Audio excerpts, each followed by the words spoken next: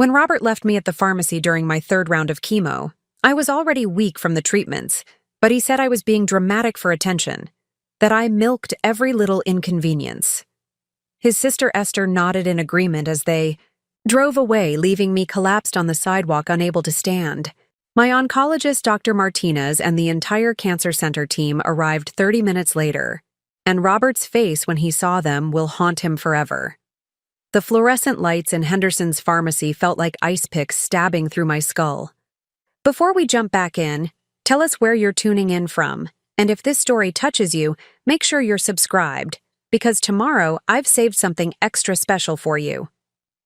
I gripped the edge of the prescription counter, my knuckles white against the fake marble surface, trying to keep myself upright while the pharmacist explained why my anti-nausea medication would be delayed another 2 hours. The words floated around me like they were underwater. Insurance approval, prior authorization, call your doctor's office. I can't wait 2 hours, I whispered, my voice barely audible over the pharmacy's beeping machines and shuffling customers. I just finished chemo this morning. I need the Zofran now or I'll be sick for days. The pharmacist, a middle-aged woman with kind eyes behind wire-rimmed glasses, looked genuinely sympathetic. I understand, honey. Let me see what I can do. Maybe we can give you a 3-day supply while we sort out the authorization. But Robert was already sighing behind me, that exaggerated sound he'd perfected over the past 6 months since my diagnosis. The sound that meant I was being unreasonable, demanding, making a scene over nothing. I turned to look at him, standing near the greeting card display with his arms crossed, checking his watch like I was personally responsible for ruining his entire day. Delilah, seriously, he said, loud enough for other customers to hear. It's just nausea. People get carsick and they don't collapse dramatically in public places. The pharmacist's expression shifted slightly. That careful neutrality healthcare workers develop when they witness something that makes them uncomfortable, but can't directly intervene. I felt heat crawl up my neck, embarrassment mixing with the bone-deep exhaustion that had become my constant companion. Robert, please, I managed. Dr. Martinez said the nausea from this protocol can be severe. You heard her explain? Dr. Martinez says a lot of things, he interrupted, his voice carrying that edge I'd learned to fear.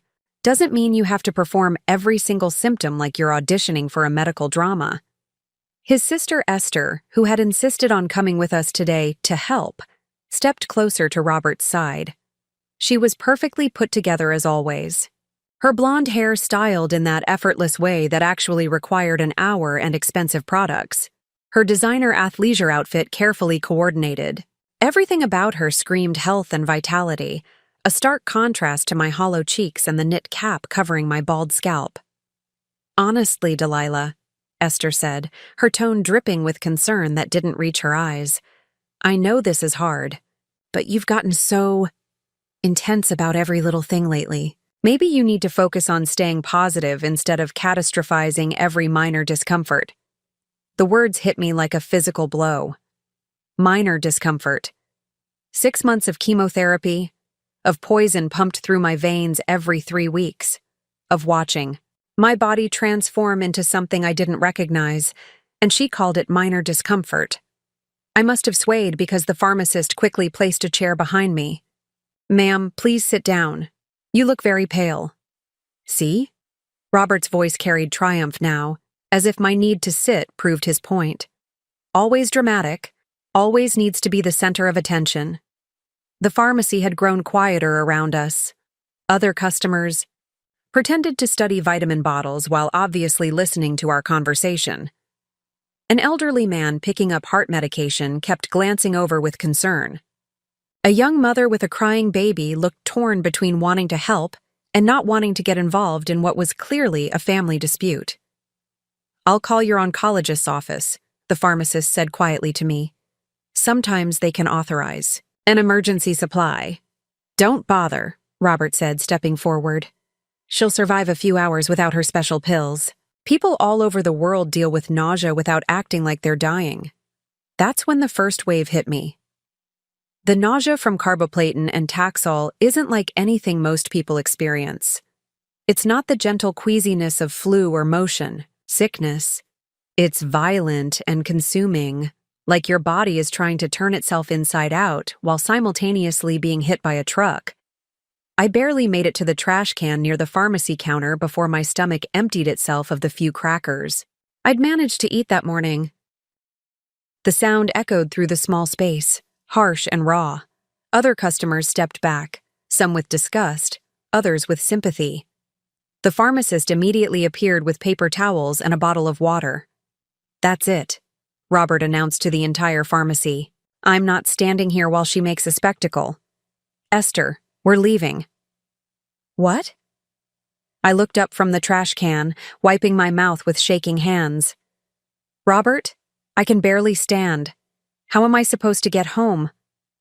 "Call an Uber," he said, already, heading toward the automatic doors. "Or walk. The fresh air might do you good instead of wallowing in self-pity." "Robert, wait." But he was already pushing through the doors, Esther close behind him. I watched through the pharmacy's windows as they got into his BMW.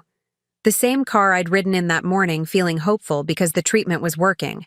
My tumor markers dropping. My oncologist cautiously optimistic.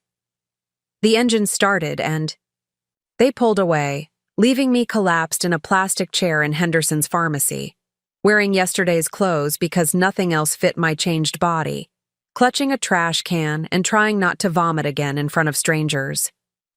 "Honey," the pharmacist said gently, kneeling beside my chair. "Do you have someone else you can call? Family? Friends?" I stared at my phone, scrolling through contacts that seemed to belong to a different person's life. My parents lived 3 states away and didn't even know how bad the treatments had gotten. Robert had insisted we handle this privately and not burden them with drama. My few close friends had gradually disappeared over the months, some genuinely busy, others clearly uncomfortable with illness and its unglamorous realities. "I'll figure something out," I whispered, though I had no idea how. The pharmacist squeezed my shoulder. "I'm going to call your doctor's office right now about that medication, and there's a bench outside if you need fresh air. Don't worry about the mess. These things happen." As she walked away, I closed my eyes and let the full weight of my situation settle over me. 6 months into fighting for my life, and the person who was supposed to love me most had just abandoned me on a sidewalk because my cancer was inconvenient for him. I had no idea that in 30 minutes, everything would change forever. The pharmacist, whose name tag read April, returned to my side within minutes, her face grim but determined. "I spoke with Dr. Martinez's office. They're sending someone over immediately with your medication and they want to assess your condition." She paused, studying my face with the trained eye of someone who'd seen too many sick people struggle alone. "Honey, when did you last eat? When did you last keep anything down?" I tried to remember, but the days since my treatment had blurred together in a haze of nausea and exhaustion. "Yesterday morning, maybe? Some toast before the infusion." April's expression grew more concerned. "That was over 24 hours. Go! No wonder you're so weak." She disappeared into the back of the pharmacy and returned with a small bottle of electrolyte solution and a pack of saltines. "These are on the house. Tiny sips, okay? Your body needs something to work with." The high, elderly man who'd been watching earlier approached hesitantly. "Miss, I don't mean to intrude, but I couldn't help overhearing. My wife went through chemo 5 years ago." He gestured toward a woman sitting near the blood pressure machine. "May I?" He pulled out his phone and showed me a photo of a beautiful woman with a bright smile and no hair. This was taken right after her 4th round of carboplatin. She couldn't keep anything down for 3 days, nearly had to be hospitalized for dehydration. His wife, noticing our conversation, walked over, slowly. "Oh, honey," she said, taking in my appearance with immediate understanding. "You're in the thick of it, aren't you? What protocol are you on?" "Carboplatin and Taxol," I managed between small sips of the electrolyte drink. Preparing and narrating this story took us a lot of time, So if you are enjoying it, subscribe to our channel. It means a lot to us. Now back to the story. Third round. She nodded knowingly. That's a rough combination. Very effective, but brutal on your system. The nausea can be absolutely debilitating if you don't stay ahead of it with the antiemetics. She sat down in the chair beside me. I'm Kelly, by the way. This is my husband, Gil. Delilah, I whispered, feeling tears threaten. Here were complete strangers showing me more compassion than my own husband had. Where's your support person today? Kelly asked gently. Usually they don't let chemo patients leave without someone to monitor them for the first 24 hours. The question opened something painful in my chest. My husband brought me, but he had to leave. Gil and Kelly exchanged a look that spoke volumes. They'd been married long enough to communicate, without words, and clearly long enough to recognize a diplomatic lie when they heard one. Delilah, Kelly said carefully, I don't want to overstep, but in my support group, we met a lot of different families. Some people handle a cancer diagnosis better than others. The stress can bring out the worst in people, or sometimes it reveals what was already there. Before I could respond, the automatic doors slid open and Dr. Martinez hurried in, followed by 2 nurses from the cancer center. At 55, Dr. Martinez was a formidable woman with silver-streaked hair, pulled back in a practical bun, and the kind of presence that commanded immediate respect. She spotted me immediately, and her expression shifted from professional concern to barely contained anger. Delilah, she said, kneeling beside my chair and immediately checking my pulse. April called and said you've been abandoned here? Where's Robert? The simple question broke something inside me. He said I was being dramatic, that it was just nausea and I needed to stop making a scene. The words tumbled out faster now. Esther agreed with him. They drove away and left me here because I couldn't stop throwing up. Dr. Martinez's jaw tightened. One of the nurses, a young man named Bobby, who'd administered my treatments, looked genuinely shocked. He left you here? After a carboplatin infusion? Doesn't he understand how dangerous dehydration can be with your protocol? We've explained the side effects multiple times, Dr. Martinez said, her voice carefully controlled but with an edge. That could cut glass. We've given him literature. We've had him sit through the education sessions. He knows exactly how serious post-chemo complications can be. She was right. I remembered the appointment 3 weeks ago when Dr. Martinez had looked directly at Robert and explained that my particular combination of drugs could cause severe nausea and dehydration, that I would need constant monitoring for 48 hours after each treatment, that emergency room visits weren't uncommon if patients couldn't keep fluids down. Robert had nodded and asked intelligent questions about timing and symptoms to watch for. He'd even taken notes on his phone. But somehow, faced with the actual reality of my suffering, all that knowledge had transformed into accusations of attention-seeking and drama. This is medical neglect, Dr. Martinez continued, checking my blood pressure with a portable cuff one of the nurses had brought. Leaving a chemo patient alone when they're actively vomiting and haven't eaten in over 24 hours isn't just cruel, it's dangerous. Your blood pressure is low, you're clearly dehydrated, and your color is terrible. Kelly leaned forward. Doctor, we've been trying to help. I went through the same protocol and I know how brutal it can be. Thank you, Dr. Martinez said sincerely. It means everything when patients support each other. Unfortunately, not all family members rise to the occasion. She turned back to me. Delilah, we need to get you back to the center for IV fluids and proper antiemetics. You're borderline for admission, and if we can't get this nausea controlled and get some nutrition into you, we'll need to consider hospitalizing you. But Robert, I started. Robert isn't here, Dr. Martinez said firmly. He made a choice to abandon you when you needed medical care. Right now, my only concern is your health and safety. Bobby helped me to my feet while the other nurse gathered the medication April had finally managed to authorize. We'll take you in our car, he said gently. You shouldn't be riding in a regular vehicle feeling this sick anyway. We have equipment, if you need it." As we walked toward the doors, April appeared with a small bag. "I put together some things that might help," she said quietly. "Ginger chews, some electrolyte packets, and I wrote down some tips my customers have shared about managing chemo nausea. You take care of yourself, honey." Gil and Kelly followed us outside. "Here's my number," Kelly said, pressing a piece of paper into my hand. "I know you don't know us, but if you need someone who understands what you're going through, please call. Cancer is hard enough without going through it alone." As Bobby helped me into the passenger seat of the cancer center's medical transport vehicle, I caught sight of my reflection in the side mirror. I looked like a ghost, pale, hollow-eyed, wearing a knit cap that couldn't quite hide how sick I was. But for the first time in months, I wasn't alone with my suffering. Complete strangers had shown me more care and understanding in 30 minutes than Robert had in weeks.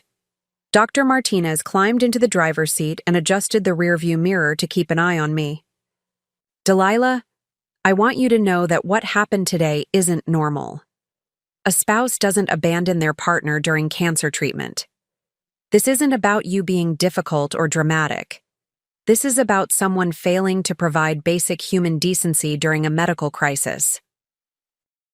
As we drove away from Henderson's pharmacy, I wondered if Robert even realized what he'd done, or if he was already constructing a story in his mind about how I'd overreacted and embarrassed him in public. I had no idea that his version of events was about to collide very publicly with medical reality. Robert's BMW pulled into our driveway at Willowbrook Estates 45 minutes after they'd abandoned me. I knew this because Dr. Martinez had insisted on having someone call our home to check if he'd returned, concerned about my transportation situation and wanting to understand exactly what had happened. What she discovered would become crucial evidence later. Our neighbor, Ian Parker, had been washing his car in his driveway when Robert and Esther returned. Ian later told me they were laughing as they got out of the car, Esther carrying shopping bags from the mall. They'd gone shopping.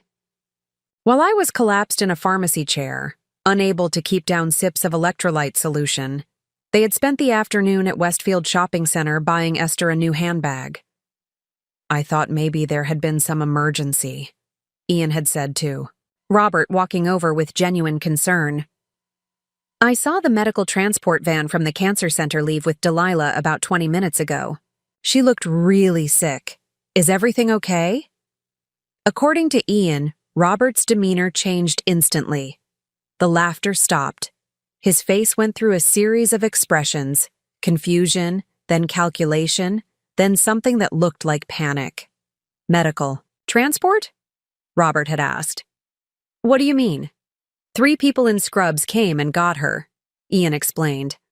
"Dr. Martinez was driving. Delilah could barely walk to the car. What happened? Where were you?" That's when Robert's story began to take shape, the narrative he would repeat for months afterward, the version that would paint me as an unstable, attention-seeking wife who'd engineered a medical crisis for sympathy. "She's been doing this for weeks," Robert told Ian, his voice taking on that familiar tone of long-suffering patience. "Ever since the diagnosis, she's become completely hysterical about every little side effect. The doctors have told her the nausea is normal, but she acts like she's dying every time she feels queasy." Esther nodded vigorously.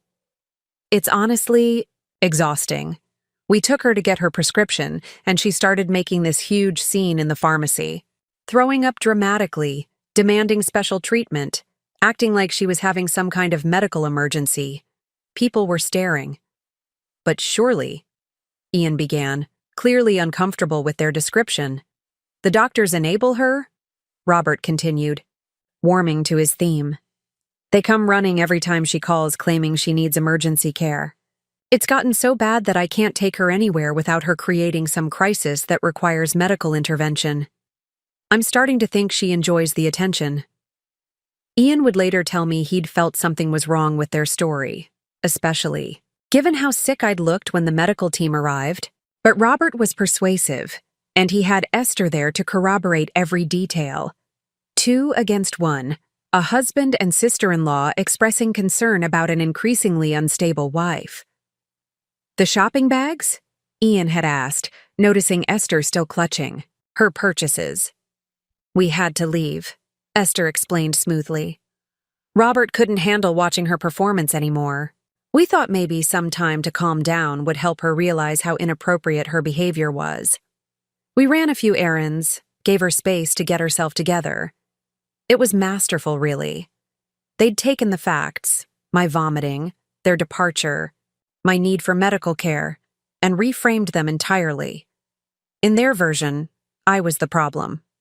The dramatic wife who'd weaponized her cancer for attention, who'd forced them to leave through my unreasonable behavior, who'd manufactured a medical emergency because I couldn't handle normal side effects. Meanwhile, at Riverside Cancer Center, the actual medical emergency was unfolding exactly as Dr. Martinez had predicted. My blood pressure had dropped dangerously low during the drive, and they'd had to start IV fluids immediately upon arrival. My electrolyte levels were severely depleted, and my dehydration was approaching the threshold that would require hospitalization. "This is what we call acute post-chemotherapy complications," Dr. Martinez explained to Bobby while they worked to stabilize me. "When patients can't keep fluids down for extended periods after carboplatin, their systems can crash quickly. It's exactly why we require supervised recovery periods." Bobby shook his head as he adjusted my IV drip. "I can't believe her husband just left her there. In 6 years working here, I've never seen anything like it." "Unfortunately, I have," Dr. Martinez said grimly. "Cancer has a way of revealing people's true characters. Some rise to the occasion and become caregivers. Others see illness as an inconvenience and sick people as burdens. They'd managed to reach my emergency contact, my sister April, who lived 2 hours away in Richmond. She was already in her car, driving toward the cancer center with a fury that could have powered small aircraft." "He did what?" April's voice had crackled through the speakerphone in Dr. Martinez's office. "He left her alone at a pharmacy after chemo?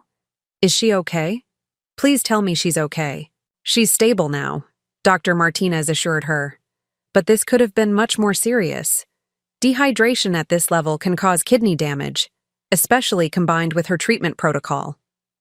April arrived at the cancer center just as Robert and Esther were pulling into the parking lot, apparently having realized that leaving your wife during a medical emergency might require some damage control. The timing was perfect for what would become the most revealing conversation of the entire ordeal. Robert strode into the cancer center with Esther close behind, both of them wearing expressions of concerned confusion. To anyone watching, they looked like worried family members arriving to check on a loved one. "Where is she?" Robert asked the receptionist. "We got a call that Delilah was brought here. There must be some misunderstanding." April, who had been waiting in the lobby, stood up slowly. At 5'10", with the same auburn hair I'd had before chemo, she was an intimidating presence when angry. And she was very, very angry. "Misunderstanding?" April's voice cut through the quiet lobby like a blade. "The misunderstanding is how you could abandon your wife during cancer treatment." Robert's face went through that same series of expressions Ian had witnessed. Confusion, calculation, panic. But he recovered quickly, switching to his prepared narrative. "April, thank God you're here," he said, his voice heavy with relief and concern. "Delilah had another one of her episodes today. She's been getting increasingly unstable since the treatment started, and today she just snapped. We couldn't calm her down." "Episodes?" April's voice was dangerously quiet. "The cancer has been really hard on her mentally," Esther chimed in, her tone dripping with false sympathy. "She's become so fragile, so dramatic about every little symptom. Today she started throwing up in the pharmacy and just lost it. Started screaming that she was dying, demanding emergency care. It was honestly frightening." April looked from Robert to Esther and back again, her expression unreadable. "So you left her there?" "We had to," Robert said, his voice taking on that long-suffering tone. She was creating such a scene, disturbing other customers. We thought if we gave her some space to calm down, she might realize how she was acting. "Space," April repeated slowly. "You gave a chemotherapy patient space by abandoning her at a pharmacy when she couldn't stop vomiting." "It wasn't abandonment," Esther protested. "We knew she'd be fine. She always is. These episodes always pass, and then she acts like nothing happened." That's when Dr. Martinez appeared from the treatment area, her expression thunderous. She'd heard every word. "Mr. Harrison," she said, her voice carrying the authority of someone who'd spent 20 years treating cancer patients. "Your wife nearly required emergency hospitalization today due to severe dehydration and electrolyte imbalance. This wasn't an episode. This was a life-threatening medical emergency that occurred because she was left without proper post-treatment monitoring." The lobby went silent. Robert's carefully constructed narrative was about to meet medical reality, and everyone present was about to witness the collision. "Life-threatening?" Robert's voice had gone small, uncertain. "Her blood pressure was 85/50 when we found her," Dr. Martinez continued. "She hadn't kept food down in over 36 hours.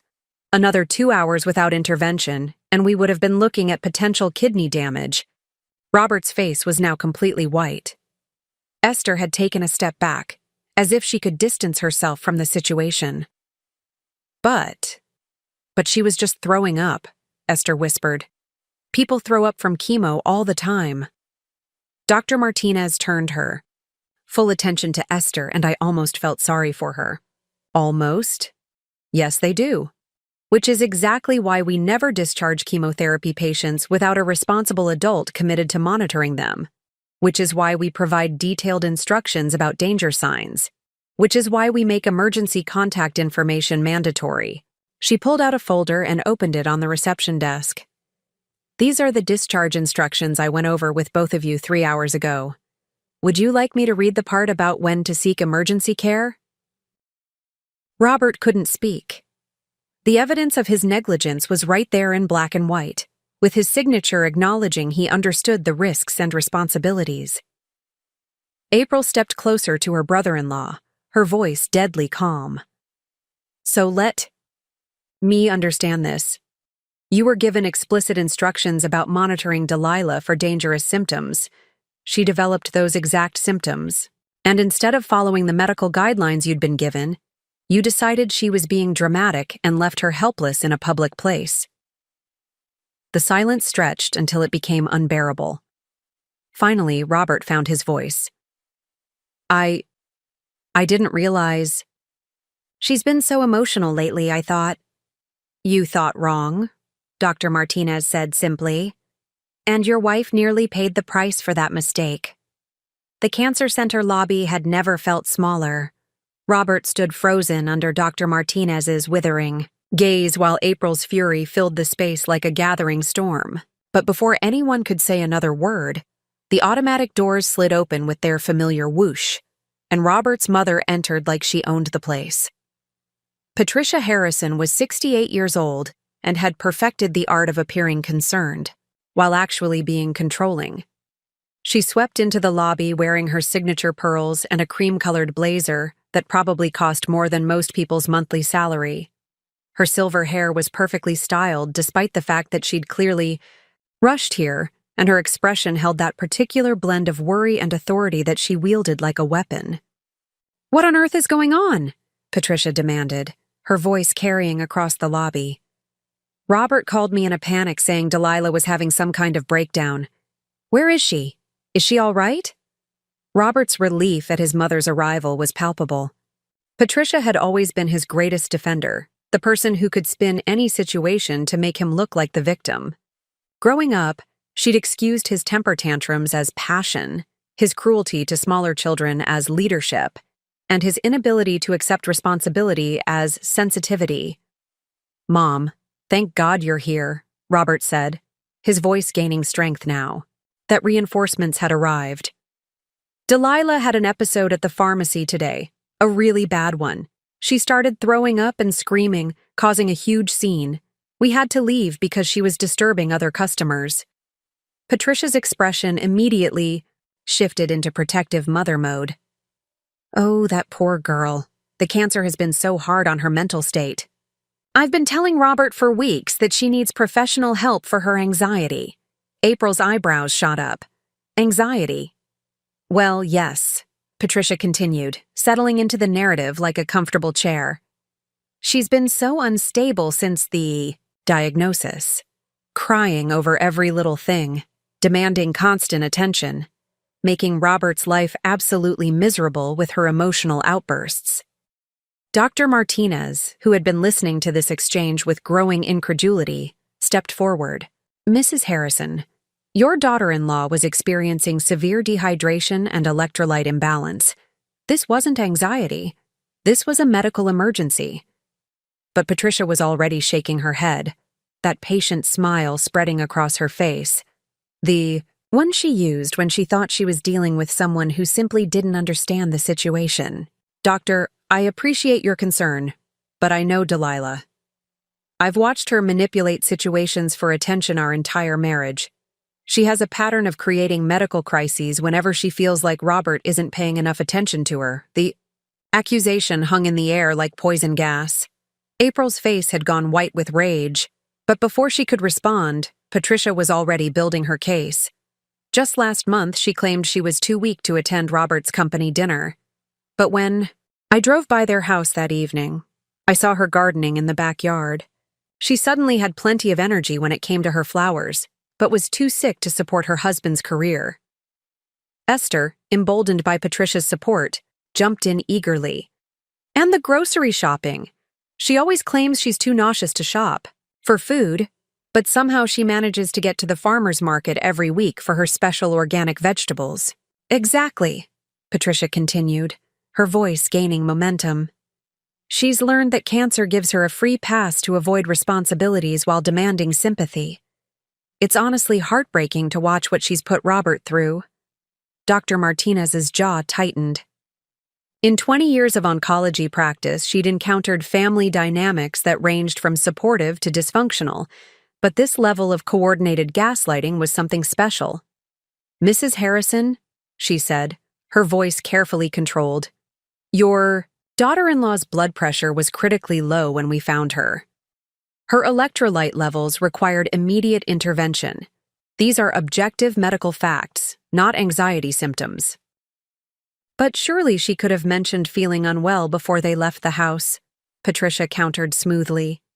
If she was really as sick as you say, why didn't she speak up? Why wait until they were in public to have this dramatic collapse? It was a masterful piece of victim blaming. Patricia had taken the facts, my deteriorating condition, my vomiting at the pharmacy, my need for emergency care, and reframed them as evidence of manipulation. In her version, I should have somehow predicted and prevented my own medical emergency. She did mention feeling unwell, April said, her voice dangerously quiet. She told them she needed her anti-nausea medication urgently. They dismissed her concerns and called her dramatic. Well, she would say that now? Esther interjected. She always has an excuse ready when people question her behavior. Patricia nodded sagely. That's exactly what I mean. Delilah has become very good at revising history to make herself look like the victim. It's a classic pattern with attention-seeking behavior. Dr. Martinez had heard enough. She pulled out her tablet and began scrolling through my medical records with the efficient movements of someone who'd had this conversation too many times before. Would you like to see the objective medical data? She asked, turning the screen toward Patricia. These are your daughter-in-law's vital signs from today. Blood pressure, heart rate, electrolyte levels, hydration status, all critically abnormal, all requiring immediate intervention. Patricia glanced at the screen briefly, then waved it away with a dismissive gesture. Doctors can make numbers say anything they want. What I'm concerned about is the pattern of behavior I've been observing for months. What pattern? April demanded. The constant doctor visits, Patricia began, counting on her fingers. The endless complaints about side effects. The way she's made Robert into a full-time caregiver instead of letting him focus on his work. The manipulation tactics she uses whenever he tries to maintain any independence. Robert nodded vigorously. That's exactly what I've been trying to tell people. She's turned every medical appointment into a crisis, every side effect into an emergency. I can't live my life anymore because I'm constantly managing her emotional outbursts. And now this, Esther added, gesturing around the cancer center. The most dramatic performance yet. Getting the entire medical team involved because we wouldn't enable her attention-seeking behavior. The three of them stood there like a united front, their stories perfectly aligned, their version of events internally consistent. To an outside observer who didn't know the medical facts, they might have sounded convincing. A concerned mother, a frustrated sister-in-law, and an overwhelmed husband dealing with a wife whose mental health had deteriorated under the stress of cancer. April looked between them with something approaching amazement. You actually believe what you're saying. We believe in accountability, Patricia replied primly. Delilah needs to take responsibility for her actions instead of hiding behind her diagnosis. Her actions? April's voice was rising now. You mean the action of getting cancer? The action of requiring chemotherapy? The action of experiencing documented medical side effects? The action of weaponizing her illness to control everyone around her, Robert said, his confidence returning with his mother's support. I've been patient, April. I've tried to be understanding. But there comes a point where enabling someone's manipulation isn't helping them heal. Dr. Martinez closed her tablet with a snap that echoed through the lobby. I've heard enough. Mrs. Harrison, your daughter-in-law is currently receiving IV fluids because she was dangerously dehydrated. Mr. Harrison, you signed documentation, acknowledging your responsibility to monitor her for exactly the symptoms she experienced. Ms. Harrison, she turned to Esther, you participated in abandoning a chemotherapy patient during a medical emergency. Patricia's expression didn't change. Doctor, I understand you have to defend your patient, but as family, we see a bigger picture than you do. Sometimes the kindest thing is to refuse to enable destructive behavior. Destructive behavior, Dr. Martinez repeated slowly. Like requiring anti-nausea medication after chemotherapy. Like creating unnecessary drama to get attention, Patricia corrected. Like forcing medical professionals to drop everything and respond to manufactured emergencies. The lobby fell silent except for the quiet hum of medical equipment and the distant sounds of patient care continuing throughout the building. Three family members stood united in their conviction that I was the problem, while my actual medical team, people who understood the realities of cancer treatment, watched. In professional horror? April broke the silence with a laugh that held no humor at all. This is unbelievable. Delilah is fighting for her life, and you three have convinced yourselves that she's the villain in this story. We're trying to help her, Patricia said, her voice taking on that long-suffering tone she'd passed down to her son. Sometimes helping someone means refusing to participate in their self-destructive patterns. Dr. Martinez looked at each of them in turn, her expression unreadable. I'm going to check on my patient now. The patient who nearly required hospitalization because she was abandoned during a medical emergency. You're welcome to wait here, but I suggest you think very carefully about how you want to proceed when she's stable enough to make decisions about her care. As Dr. Martinez walked away, the three family members huddled together, already beginning to plan their next move. They'd convinced themselves they were the real victims here. The long-suffering relatives dealing with an unstable woman who'd weaponized her cancer for attention. They had no idea that their conversation had been overheard by a lobby full of cancer patients and families, people who understood exactly what they'd just witnessed. The whisper network was already forming, and truth had a way of traveling faster than lies. But first, I had to survive the next few hours. While Patricia, Robert, and Esther constructed their elaborate narrative in the lobby, I was in treatment. Room 7, hooked up to an IV that was slowly bringing me back from the edge of medical crisis. But what they didn't know, what none of us knew yet, was that their version of events was about to collide with something more powerful than family loyalty or coordinated lies. Documentation. Dr. Martinez had been treating cancer patients for 2 decades, and she'd learned early in her career that family dynamics could be as dangerous as the disease itself. She'd developed a habit of thorough record-keeping, not just about medical treatments, but about the support systems that either helped or hindered her patients' recovery. Today's events had triggered every alarm bell in her professional experience. "Bobby," she said quietly to the nurse checking my vitals, "I need you to pull up the security footage from the pharmacy pickup area." April, the pharmacist, said she has cameras that cover the entire transaction area. Bobby looked up from adjusting my IV drip. "You think there's more to this story?" "I know there is," Dr. Martinez replied grimly. "I've seen gaslighting before, but nothing quite this coordinated. 3 people telling the exact same story with the exact same talking points? That's not memory. That's strategy." She was right. What had happened at Henderson's pharmacy wasn't just abandonment. It was a calculated performance designed to paint me as unstable while positioning Robert and Esther as long-suffering victims. But performances leave evidence, and evidence doesn't lie. April from the pharmacy had arrived at the cancer center 20 minutes earlier, still wearing her work uniform and carrying a manila folder. She'd heard about the confrontation in the lobby and had decided that someone needed to speak for what she'd actually witnessed. "Dr. Martinez," she said, approaching the nurse's station. "I brought copies of everything from today. The insurance, records, the timestamp of when Delilah's prescription was called in, the security footage from our cameras, and my written incident report." Dr. Martinez looked up from her tablet. "Incident report? I file one whenever I witness what appears to be medical neglect or abuse," April explained. "It's pharmacy policy.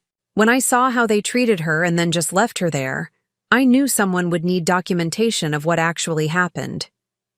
The folder April opened contained a timeline that would prove devastating to Robert's carefully constructed narrative. The security footage showed me entering the pharmacy at 2:17 p.m., already pale and unsteady. The audio, though muffled, clearly captured Robert's dismissive comments and Esther's agreement. Most damning of all, it showed them leaving me collapsed, in a chair at 2:43 p.m., not fleeing a dramatic outburst, but abandoning someone in obvious medical distress. "There's more," April continued, pulling out her handwritten notes. "When they left, I heard the husband say something to his sister about teaching her a lesson about consequences. Those were his exact words, teaching me a lesson, as if cancer treatment was some kind of moral failing that required correction through abandonment. But the most significant piece of evidence wasn't in April's folder. It was in Dr. Martinez's own records. She pulled up my chart from that morning's chemotherapy session, specifically the discharge planning notes. "Look at this," she said to Bobby, pointing to the screen. "I specifically told Mr. Harrison that the carboplatin-taxol combination can cause severe delayed nausea, especially in patients who've had prior episodes. I warned him that dehydration could develop rapidly and that he needed to monitor for specific symptoms." Bobby read over her shoulder. "And you documented that he acknowledged understanding the risks?" "More than that. He asked detailed questions about timing and severity. He took notes on his phone. He specifically asked what to do if vomiting prevented her from keeping down the anti-nausea medication." Dr. Martinez's voice grew harder. He knew exactly what to watch for, and he knew exactly how dangerous it would be to leave her alone when those symptoms appeared. This wasn't ignorance or panic. This was deliberate neglect by someone who understood the medical consequences of his actions. The evidence was mounting like a dam about to burst. Ian Parker, our neighbor, had called the cancer center after his unsettling conversation with Robert. His account directly contradicted their timeline. They'd returned home laughing and carrying shopping bags. not distressed about a wife's medical emergency. The shopping receipts would later show purchases made at 3:15 p.m., 30 minutes after they'd abandoned me, and 20 minutes after my medical team had already retrieved me from the pharmacy. While I was receiving emergency IV fluids, they were buying Esther a handbag at Nordstrom. But perhaps the most damaging evidence was hiding in plain sight: Robert's own text messages. In the rush to construct their victim narrative, he'd forgotten about the digital trail he'd been leaving for weeks. Dr. Martinez had asked me for permission to document any communications that might be relevant to my care, a standard practice, when family dynamics interfered with treatment. I'd given her access to my phone, and what she found painted a picture of psychological abuse that had been escalating throughout my treatment. "Look at this." She showed Bobby a series of texts from the past month. Messages from Robert complaining that my treatment schedule was inconvenient for his work meetings. Accusations that I was milking my symptoms for attention. Complaints to his sister about being trapped by my medical needs. The most recent message, sent that morning while I was receiving chemotherapy, read, "Maybe if she has to deal with the consequences of her drama alone for once, she'll learn to stop making everything about her." He'd planned this. The abandonment wasn't a moment of frustration or poor judgment. It was a calculated decision to teach me a lesson about what he perceived as attention-seeking behavior. Meanwhile, in the lobby, Patricia was still holding court, explaining to anyone who would listen how I'd manipulated the situation. But the audience was changing. Other cancer patients and their families were beginning to speak up, sharing their own observations about the scene they'd witnessed. An elderly man receiving treatment for prostate cancer approached April with quiet anger. "I heard what that family was saying about your sister," he said. "My wife went through chemo last year, and what they're describing isn't normal patient behavior. That's medical crisis behavior." A woman waiting for her daughter's appointment added, "I've been coming here for 6 months, and I've never seen Dr. Martinez respond like that to anything less than a genuine emergency. She doesn't waste resources on attention-seeking patients." The Whisper Network was forming, just as it had in the original story, but this time it was powered by people who understood cancer treatment intimately. They recognized the difference between normal anxiety and medical emergency. They knew what real post-chemo complications looked like, and they just watched 3 people systematically gaslight a cancer patient's experience. Dr. Martinez returned to the lobby with a different energy. She was no longer just defending a patient. She was armed with documentation, medical evidence, and a timeline that would expose every lie Patricia's family had told. "Mrs. Harrison," she said, her voice cutting through the conversation, "I have some questions about your son's understanding of post-chemotherapy care protocols." Patricia looked up with that same condescending smile.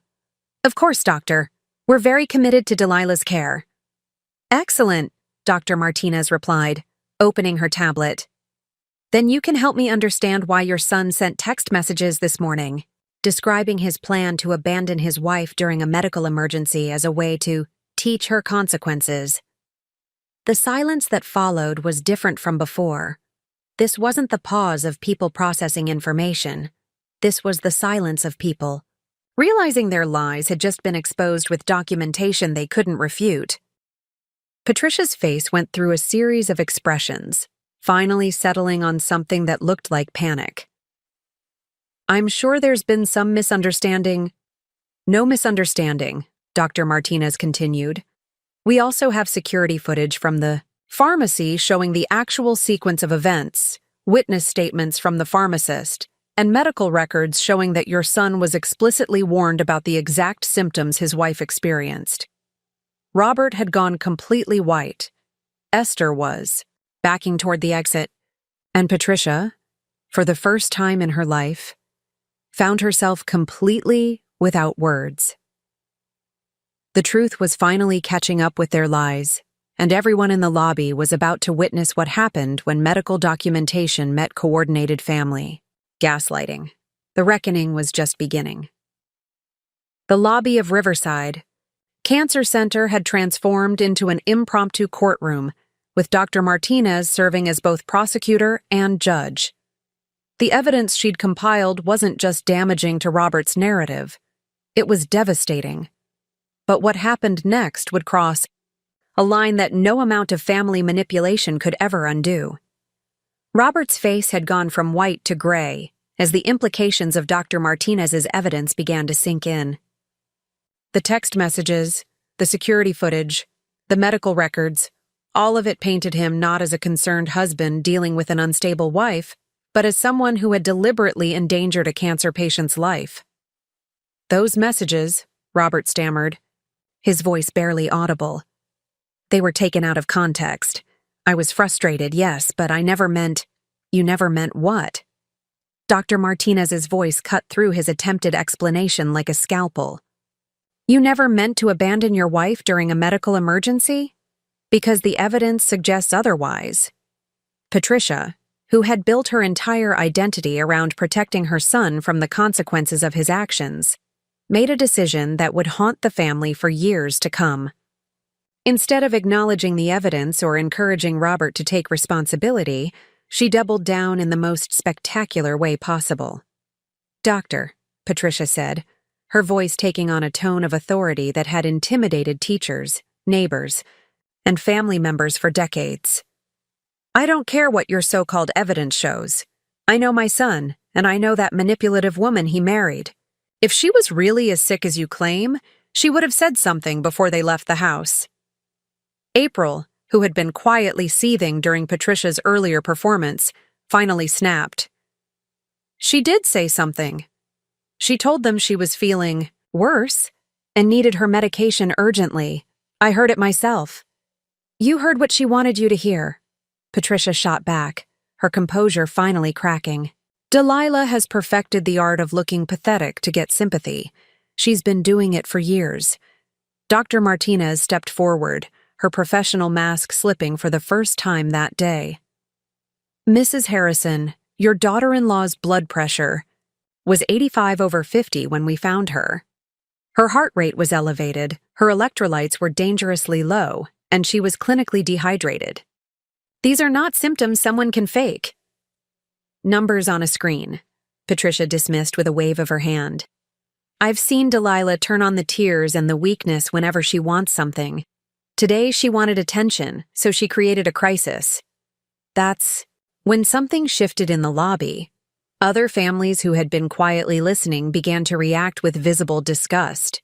A woman receiving treatment for breast cancer stood up from her chair, her own bald head covered by a colorful scarf.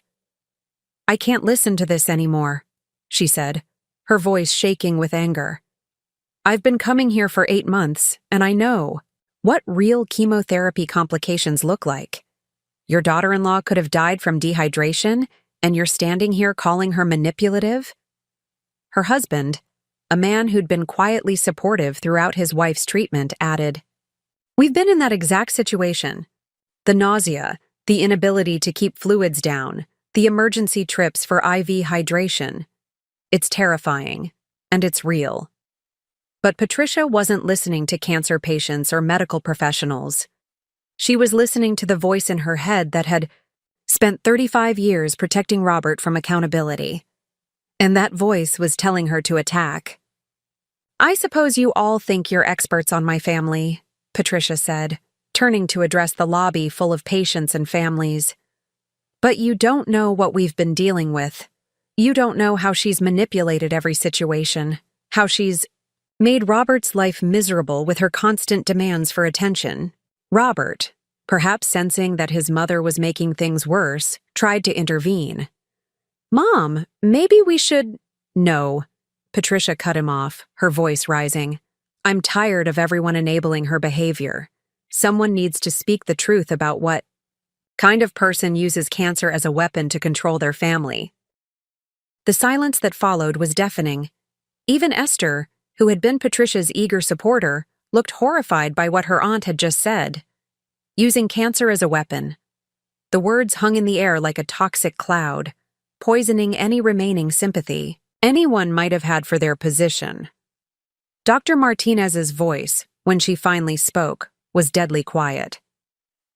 "Did you just accuse a cancer patient of using her diagnosis as a weapon?"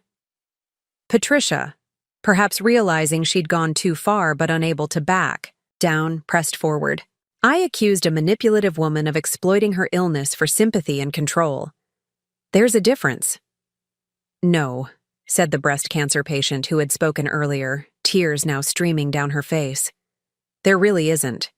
What you just said is the most disgusting thing I've ever heard in this place, and I've heard some terrible things." An elderly man receiving treatment for lung cancer struggled to his feet, supported by his adult daughter. "Ma'am," he said, his voice weak but filled with indignation, "I've been fighting cancer for 2 years. I've lost 40 pounds, lost my hair, lost my strength, but I've never lost my dignity until I heard what you just said about that poor girl." Lobby was in revolt. Families who had been quietly observing were now actively confronting Patricia's statement. These were people who lived with cancer daily, who understood the difference between medical crisis and attention-seeking, who recognized psychological abuse when they witnessed it. But Patricia, backed into a corner and faced with universal condemnation, made the choice that would define her character forever. Instead of apologizing or backing down, she escalated. "Fine," she said, her voice dripping with venom. "If you all want to enable her pathetic behavior, go ahead. But don't expect my family to participate in this charade anymore. Robert deserves better than being trapped by a wife who weaponizes her illness." She turned to Robert, her voice taking on the commanding tone she'd used when he was a child. "We're leaving. Now. Let her find her own way home from her manufactured emergency." Robert looked around the lobby, seeing the faces of cancer patients and families staring at him with a mixture of disgust and disbelief.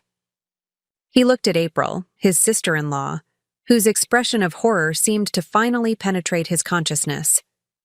He looked at Dr. Martinez, whose professional composure barely concealed her fury. And then he made his choice. "You're right, Mom," he said quietly. "Let's go." As they walked toward the exit, Patricia's voice carried back to the silent lobby. "Don't expect us to come running the next time she creates a crisis for attention. We're done enabling her manipulation." The automatic doors slid shut behind them, leaving behind a lobby full of people who had just witnessed something unprecedented. A family abandoning a cancer patient not once, but twice, with full knowledge of the medical consequences.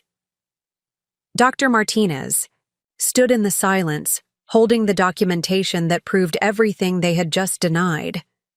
The text messages planning the abandonment, the security footage showing the reality of what happened, the medical records proving the severity of my condition.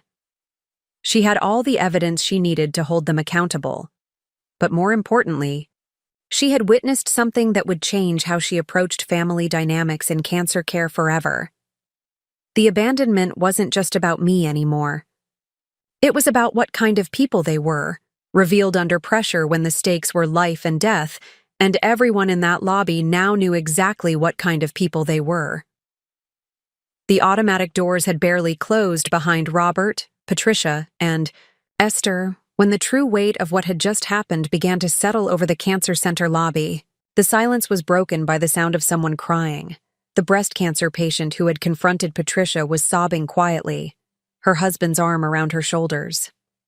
"I'm sorry," she whispered to April. "I'm so sorry your sister has to deal with this. No one should go through cancer alone." April, who had maintained her composure throughout the confrontation, finally let her own tears fall. "Thank you, all of you, for speaking up when her own family wouldn't." Dr. Martinez stood frozen for a moment, processing what she'd just witnessed. In 20 years of oncology practice, she'd seen families struggle with the stress of cancer diagnosis. She'd watched marriages crumble under the pressure of treatments and uncertainty. But she had never seen anything quite like this. The calculated cruelty, the coordinated gaslighting, the complete abandonment of a patient during a medical crisis. "I need to check on Delilah," she said finally, her voice thick with emotion. "Bobby, can you handle things here?" The young nurse nodded, but his usual cheerful demeanor had been replaced by something harder. "Doctor, what they just did. Is there anything we can report? Some kind of authority that handles medical neglect?"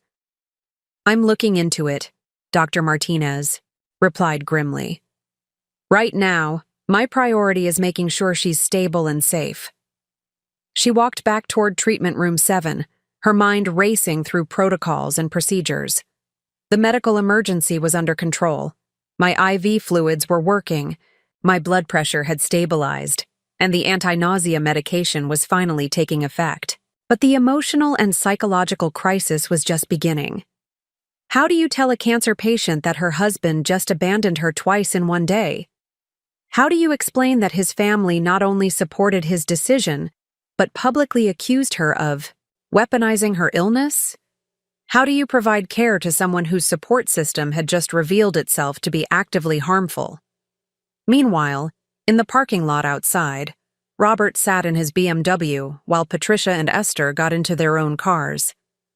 The adrenaline that had carried him through the confrontation was wearing off, and reality was beginning to seep in like cold water through a crack in a dam.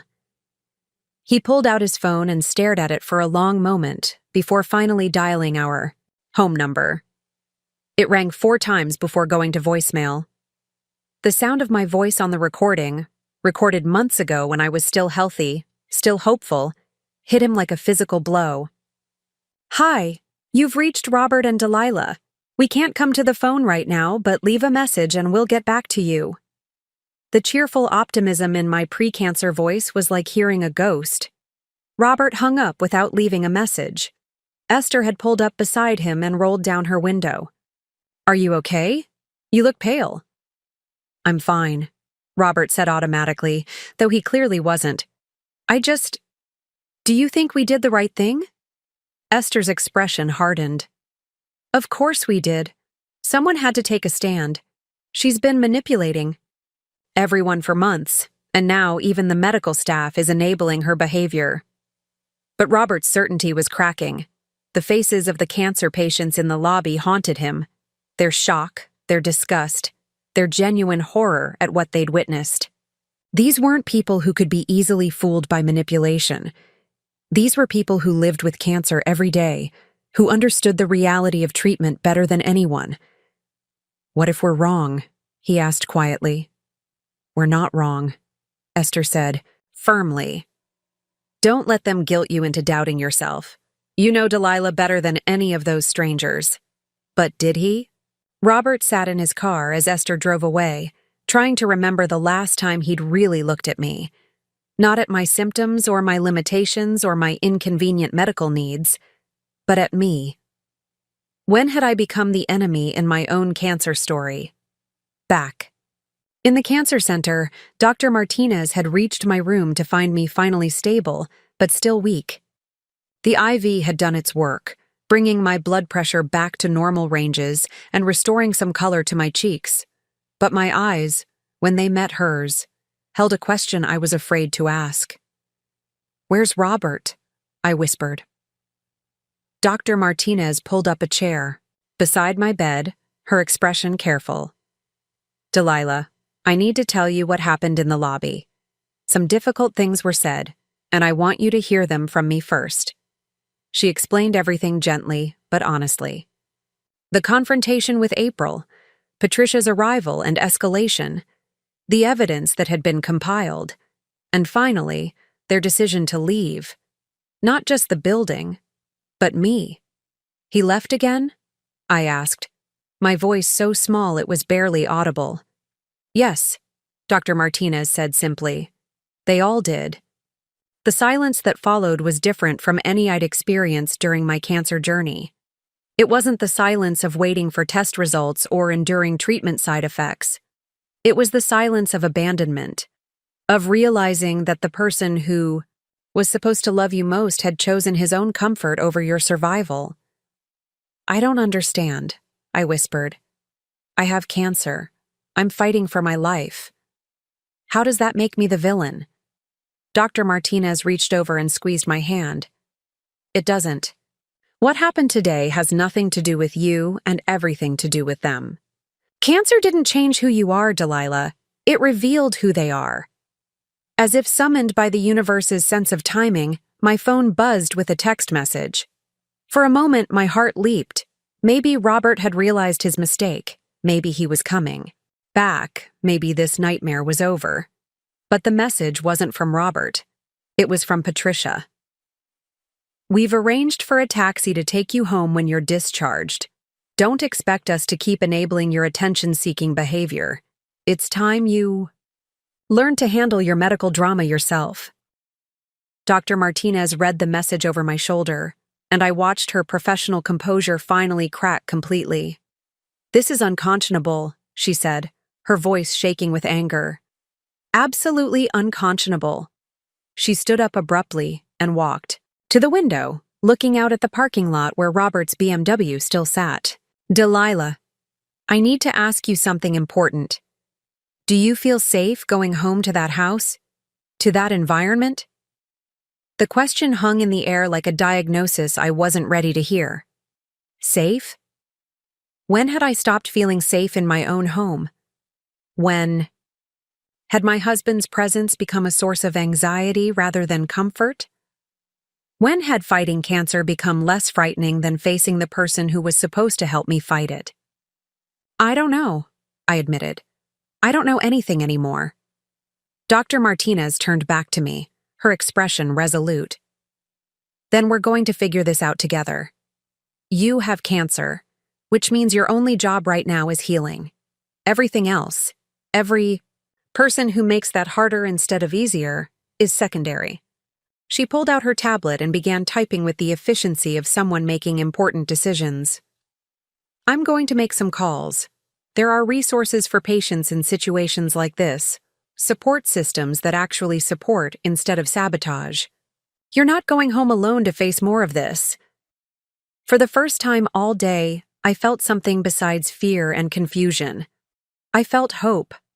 Not the naive hope I'd started with that morning, believing my husband would care for me through my treatment, but a different kind of hope, the hope that maybe, just maybe, being abandoned by people who'd proven themselves harmful might actually be the first step toward finding people who would prove themselves healing.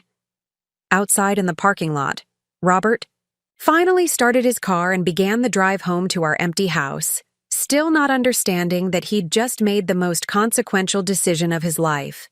He'd chosen his comfort over my survival, and everyone who mattered had witnessed that choice. Dr. Martinez was true to her word. Within 30 minutes of Robert's final abandonment, she had made 3 phone calls that would change the trajectory of my entire cancer journey. The first was to the hospital's social services department. The second was to a local organization that provided emergency housing for patients in crisis. And the third was to someone I'd never expected to hear from again.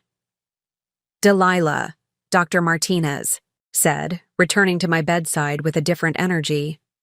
I've spoken with Sarah Williams from Patient Advocacy Services. She's coming down to talk with us about your options.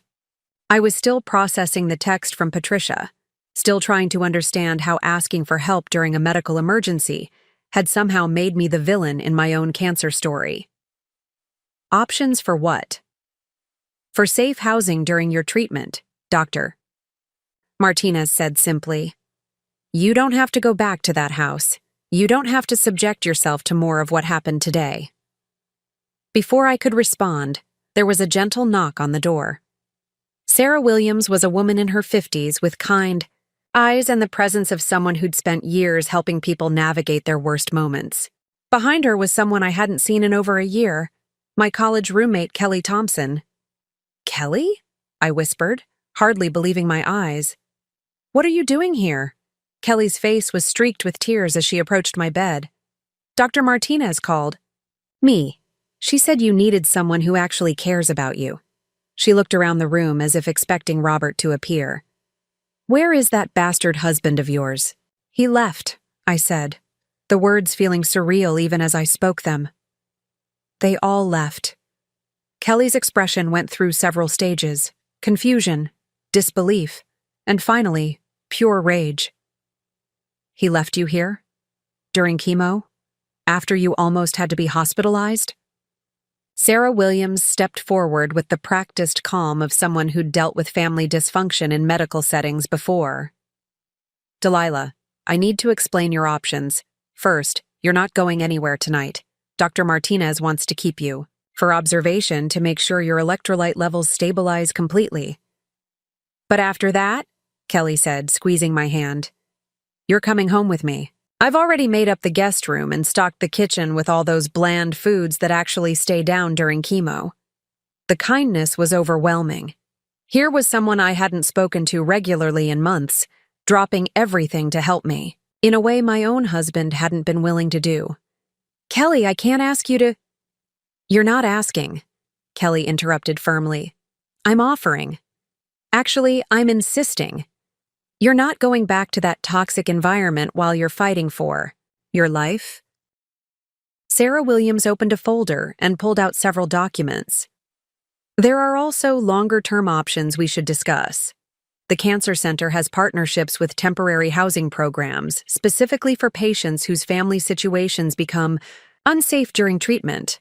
There are support groups for people dealing with abandonment or abuse during serious illness. Abuse. The word hung in the air like a diagnosis I wasn't ready to accept. I don't think Robert was abusive, I said quietly. He was just overwhelmed. Dr. Martinez and Kelly exchanged a look that spoke volumes.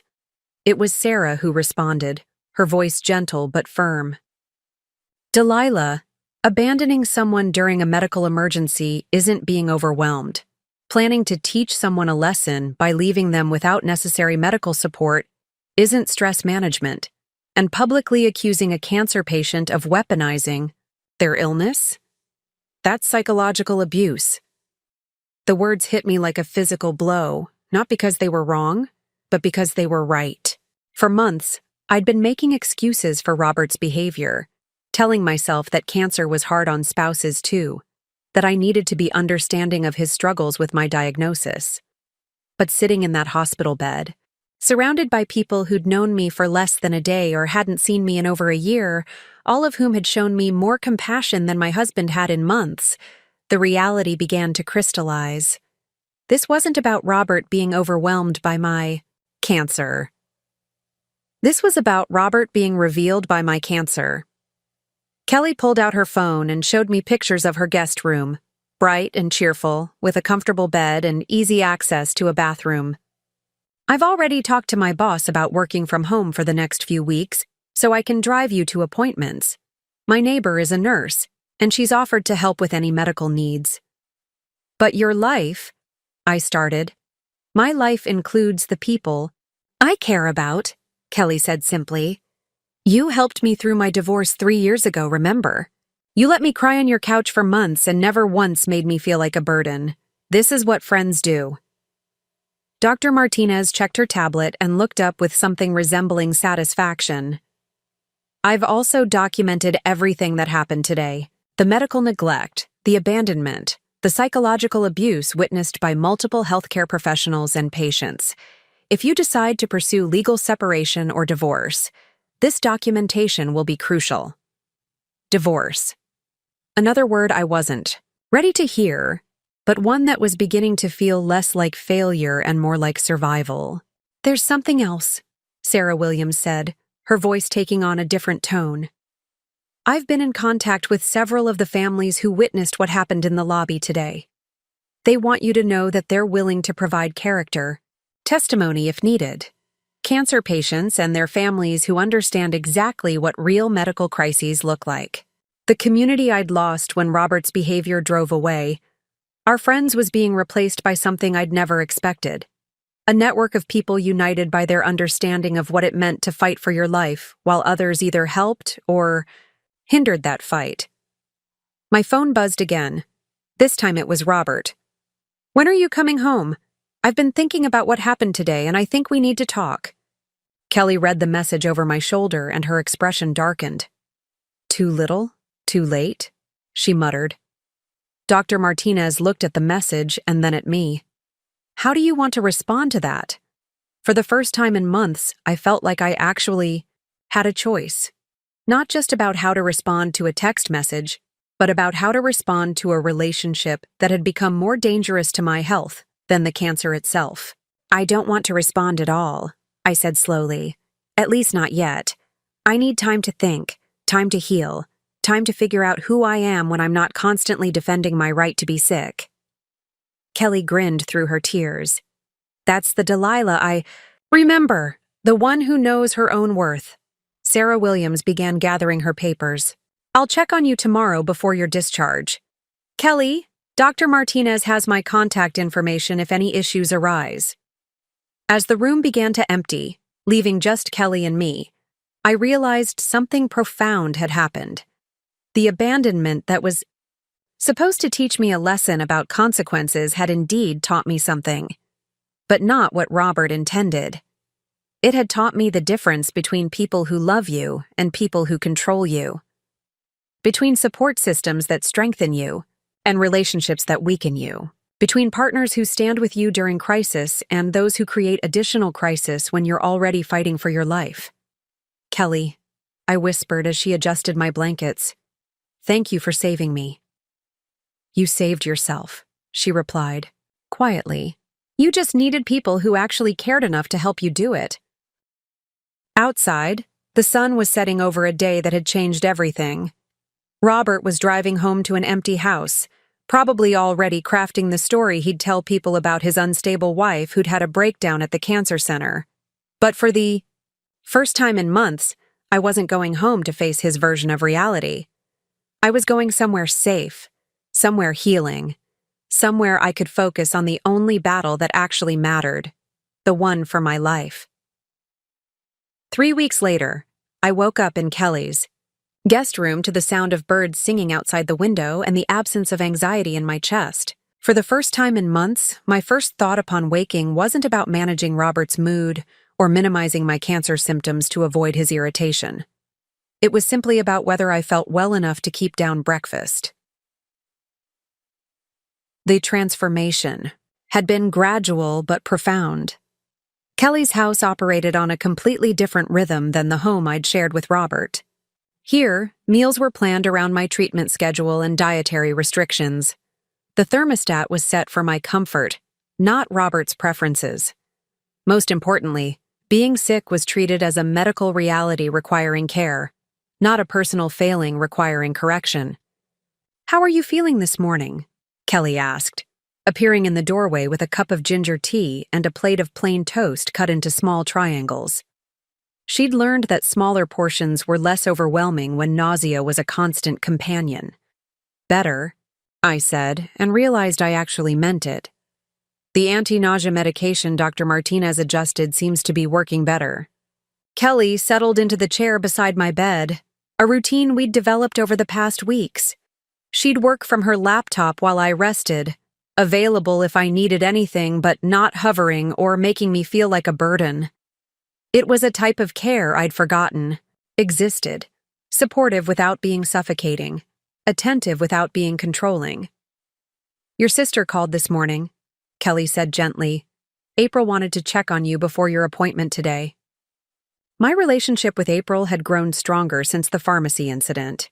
She'd visited twice, bringing small gifts and sitting with me during the worst days of my treatment cycle. But more importantly, she'd validated what I'd experienced with Robert in a way that helped me stop questioning my own memories. "She's taking time off work to come to my scan next week," I told Kelly. "She wants to be there when we find out if the treatment is working. The CT scan would show whether the chemotherapy was shrinking my tumors or if we needed to consider different treatment options." In my old life with Robert, medical appointments had become sources of stress and conflict. He'd check his watch during doctor visits, interrupt conversations with questions about timeline and inconvenience, and minimize whatever results we received. But now I was building a different support network. Kelly would drive me to the appointment. April would hold my hand during difficult conversations. Dr. Martinez would explain results without worrying about a hostile family member undermining her recommendations. My phone buzzed with a text from Robert, the third one this week. Over the past 3 weeks, his messages had evolved from demands that I come home immediately to increasingly desperate attempts at reconciliation. This morning's message read, "Delilah, I've been doing a lot of thinking. I know I made mistakes. Can we please talk? I want to work this out." Kelly glanced at my phone screen. "How do you want to handle that?" "I don't know," I admitted. Part of me wants to believe he's genuinely sorry, that maybe the shock of almost losing me made him realize how badly he'd been acting. Kelly's expression was carefully neutral. "What does your gut tell you?" My gut told me that Robert was sorry. Sorry that his abandonment had consequences he hadn't anticipated. Sorry that people had witnessed his behavior and formed opinions about his character. Sorry that his narrative about having an unstable, attention-seeking wife had been contradicted by medical professionals and multiple witnesses. But I wasn't sure he was sorry about the actual harm he'd caused me. "Sarah Williams is coming by this afternoon," Kelly reminded me. "She wanted to update you on some things."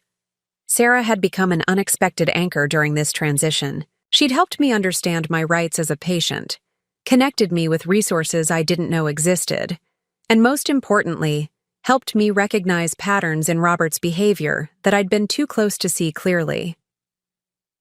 The doorbell rang at exactly 2:00. Sarah's punctuality, one of many small reliabilities that had helped stabilize my world. She arrived carrying a folder thick with documents and wearing an expression that suggested significant developments. "How are you feeling, Delilah?" she asked, settling into our usual spots in Kelly's living room. "Stronger," I said, surprised by how true that felt. Not just physically, but emotionally, mentally. Like I can think clearly for the first time in months. Sarah nodded with satisfaction. "That's exactly what I hope to hear. When you're not constantly managing someone else's emotional reactions to your illness, you have more energy for actual healing." She opened her folder and pulled out several documents. "I have some updates on various fronts. First, the Cancer Center has implemented new protocols for identifying and addressing family abuse of patients. Your case study, anonymized of course, is being used to train staff on warning signs. The idea that my experience might help other cancer patients avoid similar abandonment felt like something meaningful emerging from the trauma. Second," Sarah continued, "I've been in contact with an attorney who specializes in cases involving medical neglect and psychological abuse. If you decide to pursue legal separation or divorce, you have an extremely strong case." She showed me printouts of text messages, medical records, witness statements, and security footage, a comprehensive documentation of everything that had happened at the pharmacy and cancer center. "But most importantly," Sarah said, her voice taking on a different tone, "I need to tell you about a conversation I had yesterday with Dr. Martinez." She paused, studying my face carefully. "Your latest blood work shows something remarkable. Your tumor markers have dropped significantly since you started staying here with Kelly. More than Dr. Martinez expected given your treatment timeline." Kelly leaned forward. "What does that mean?" "It means that reducing stress and increasing genuine support has measurably improved Delilah's response to treatment," Sarah explained. "The body heals better when it's not constantly fighting psychological trauma alongside physical illness." The information hit me like a revelation. My cancer was responding better to treatment now that I wasn't living with Robert's emotional abuse.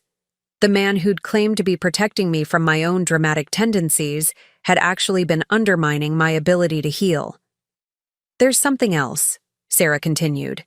"Robert has been calling the cancer center trying to get information about your treatment. He's also contacted several of your former friends, apparently trying to build support for his version of what happened." Kelly's expression darkened. "What kind of support?" "He's telling people you had a mental breakdown triggered by cancer treatment, that you're staying with me because you're not thinking clearly, and that he's being unfairly vilified for trying to help you face reality about your condition." The manipulation was both predictable and infuriating. Even now, weeks later, Robert was still trying to control the narrative about my cancer experience. "How are people responding?" I asked. Sarah smiled for the first time during our conversation. Not the way he hoped. Apparently, several people remembered his behavior during your treatment. The complaints about inconvenience, the eye-rolling during conversations about your health, the way he'd minimize your symptoms. They're not buying his concerned husband act. The validation felt important, but not as crucial as it would have 3 weeks ago. I was building new sources of validation based on my actual experience rather than other people's opinions about my experience.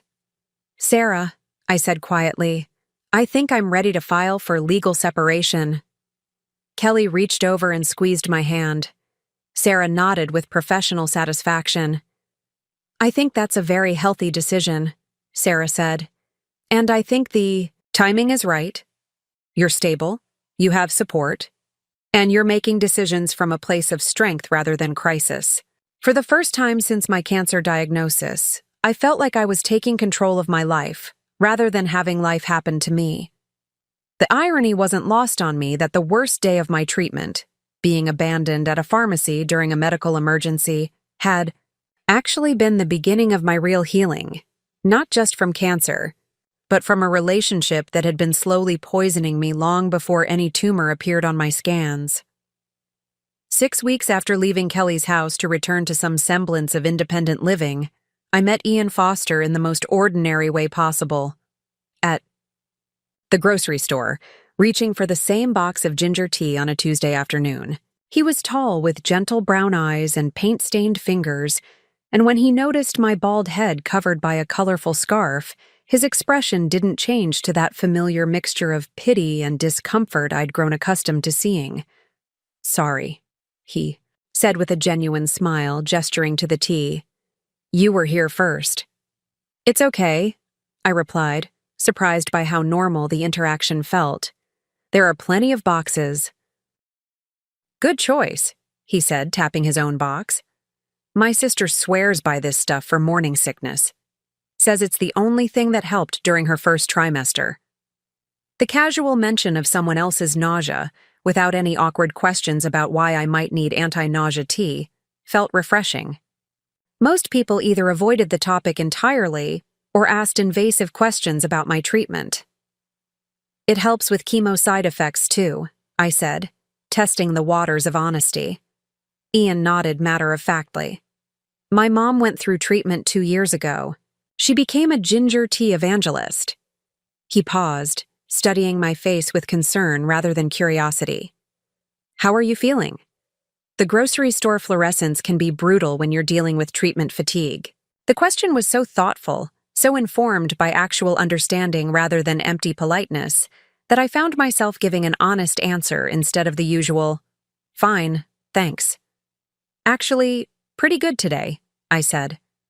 "This is my first real grocery shopping trip in months. I'm staying in a little apartment near the cancer center now, trying to get back to normal life gradually." "That sounds like a smart approach," Ian said.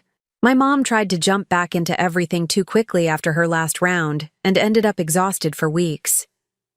We stood there for a moment in the tea aisle, two strangers connected by the shared experience of cancer touching our families. But, unlike conversations with Robert's family or even well-meaning friends, this felt easy and unforced. "I'm Ian, by the way," he said, extending his hand. "Delilah," I replied, shaking it and noticing again the paint stains. "Artist?" "Furniture restorer," he explained with a slight laugh. "I take things that are broken or forgotten and try to bring them back to life. It's surprisingly therapeutic work." Something about that description resonated deeply. That sounds like exactly the kind of work the world needs more of. Our conversation was interrupted by my phone buzzing with a text from Dr. Martinez reminding me about my appointment the following day. Ian noticed me checking the time. "I should let you get back to your shopping," he said. "But if you don't mind me asking, and please feel free to tell me it's none of my business, do you have good support during your treatment?" I remember how important that was for my mom. The question was so direct and caring that it caught me off guard. In the 6 months since my diagnosis, very few people had asked about my support system. They'd asked about my prognosis, my treatment plan, my symptoms, but not about whether I felt cared for during the hardest experience of my life. I do now, I said, thinking of Kelly, April, Dr. Martinez, Sarah Williams, and the small but growing network of people who'd proven themselves trustworthy. It took a while to find the right people, but I do. Ian's expression suggested he understood there was a story behind that answer, but he didn't pry. That's really important. If you ever need someone to help with errands or just need company, during the boring parts of recovery, I'd be happy to help. I know how isolating treatment can be. He pulled out his phone and offered it to me. No pressure at all, but if you'd like another person in your support network, I'm pretty good at grocery shopping and terrible at small talk, which my mom said was actually perfect for chemo days. I found myself smiling as I entered my number into his phone. Terrible small talk sounds wonderful, actually. I'm so tired of people asking how I'm feeling or telling me to stay positive. Never once, Ian promised with mock seriousness. I'll stick to safe topics like furniture restoration techniques and whatever random documentary I watched the night before. 3 days later, Ian texted to ask if I needed anything from the store before my next treatment. It was such a simple offer, but it represented something I'd been missing throughout my cancer journey. Practical help offered without expectation or drama. Over the following weeks, our friendship developed at the gentle pace that serious illness requires. Ian would stop by with groceries or a book he thought I might enjoy. He'd sit with me during the worst days after chemo, not trying to cheer me up or minimize my discomfort, just being present while I rested. Most importantly, he never made my cancer about him. He didn't need reassurance that I would be okay. Didn't require me to manage his emotions about my illness. Didn't treat my diagnosis as an inconvenience to his plans. He simply accepted that I was fighting something difficult and offered to help in whatever way was useful. You know what I like about you? I told him one afternoon as we sat in my living room, him working on sketches for a restoration project, while I dozed on the couch. My devastating wit? He suggested without looking up from his drawings. You treat cancer like it's just another thing that happened to me. Not the only thing that defines me. Ian set down his pencil and looked at me thoughtfully. That's because it is just another thing that happened to you. A big, difficult, life-changing thing. But still just one part of your story. The conversation reminded me of something Dr. Martinez had said weeks earlier about relationships that helped healing versus relationships that hindered it. Ian's presence in my life felt healing in ways I was still discovering. Can I ask you something? I said during one of our grocery store trips, which had become a weekly routine. Always. Why are you so good at this? At being around someone with cancer without making it weird or stressful? Ian was quiet for a moment, considering his answer as we navigated around other shoppers. I watched my mom go through treatment, and I saw how differently people treated her afterward. Some people acted like she was fragile and might break. Others acted like cancer was contagious and kept their distance. A few people acted like she should be grateful for the experience because it put things in perspective. He shook his head. But the people who helped her the most were the ones who just treated her like herself. Someone going through a hard time who needed practical support and normal friendship, not pity or inspiration or careful handling. What happened to your mom? I asked gently. She's doing great, Ian said with a genuine smile. 2 years clear, back to terrorizing the neighborhood association about proper lawn maintenance and lecturing everyone about the benefits of ginger tea. The relief in his voice was palpable, and I realized that Ian understood not just the patient experience of cancer, but the family experience of watching someone you love fight for their life. He'd learned how to be helpful without being overwhelming, supportive without being suffocating. I'm glad she's okay, I said. I'm glad you're getting better too, Ian replied simply. And I'm glad you ended up reaching for ginger tea at the same time I did. As we finished our shopping, I reflected on how different this relationship felt from anything I'd experienced during my marriage to Robert. There was no scorekeeping, no resentment about inconvenience, no expectation that I should be grateful. For basic human decency, Ian was showing me what healthy support looked like, offered freely, without strings attached, based on genuine care rather than obligation or control. For the first time since my diagnosis, I was beginning to imagine what life might look like on the other side of treatment. Not just survival, but actually living again. 3 months into my friendship with Ian, I faced the conversation I'd been both anticipating and dreading. It was a Thursday evening in November, and I was sitting in my small apartment feeling the familiar pre-chemo anxiety that came before each treatment cycle. But this time, there was an additional layer of nervousness.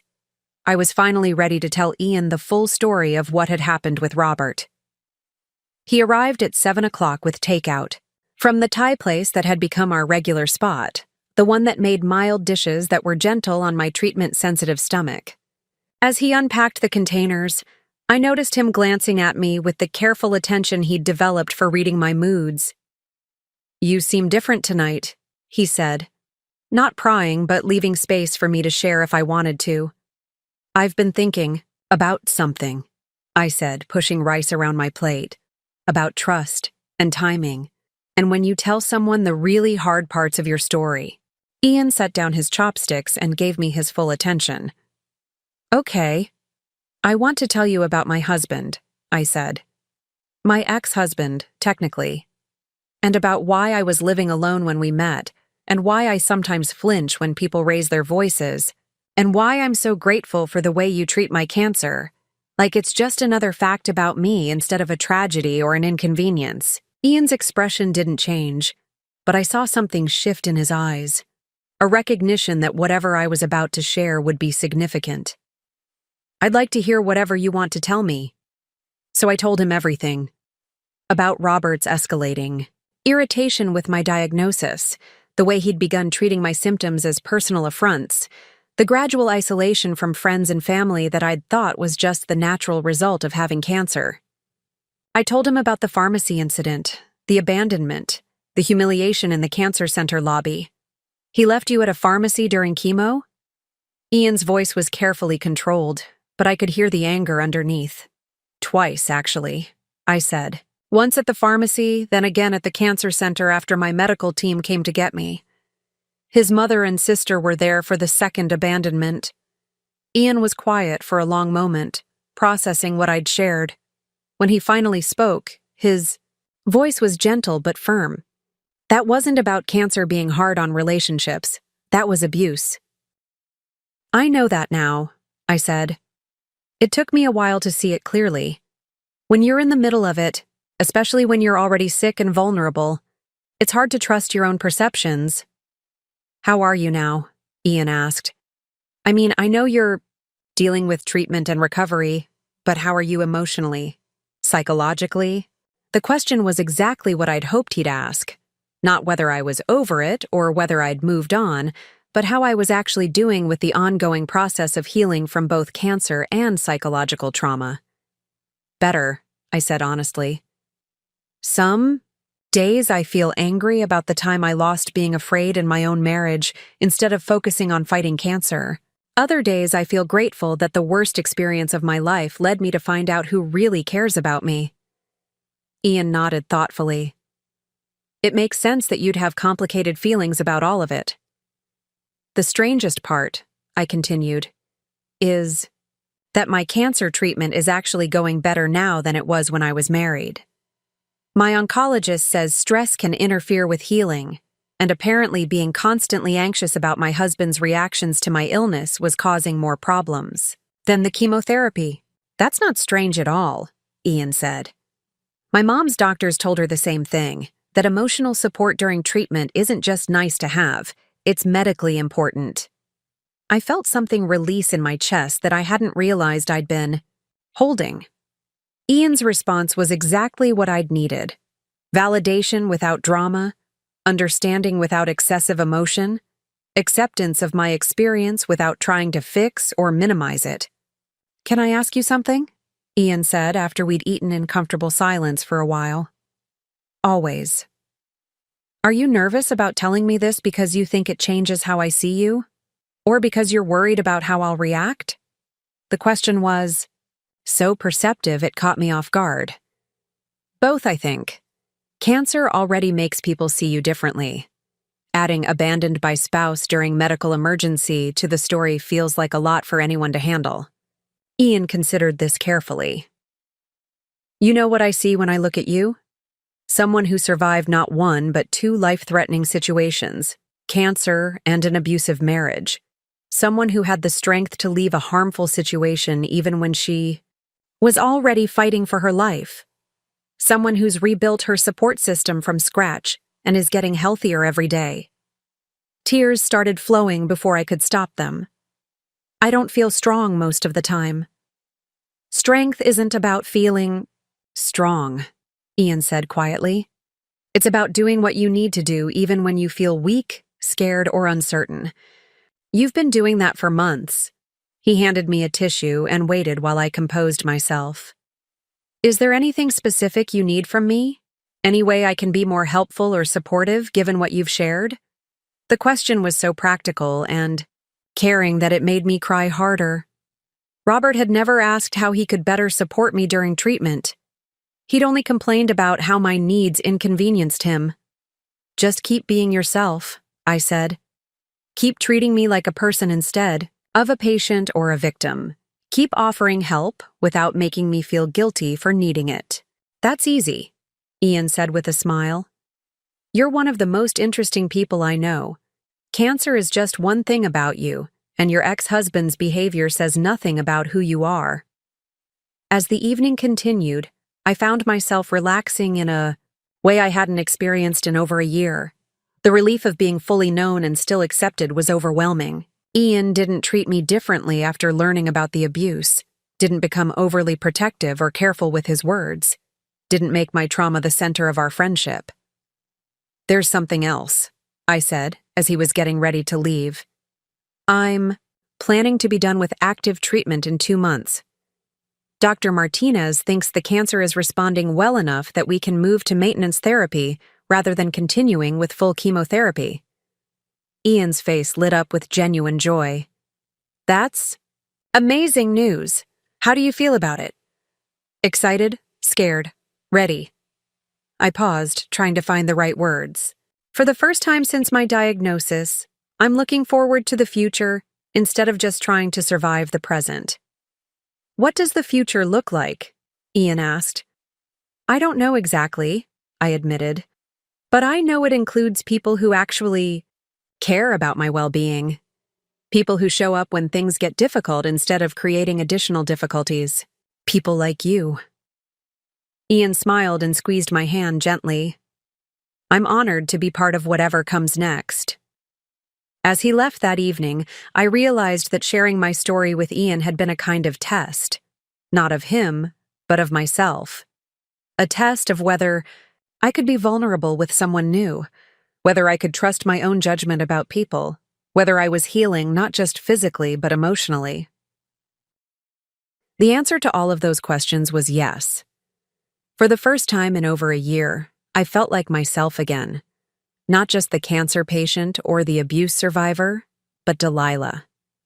Someone worthy of love and support, someone capable of building healthy relationships, someone with a future that extended beyond mere survival.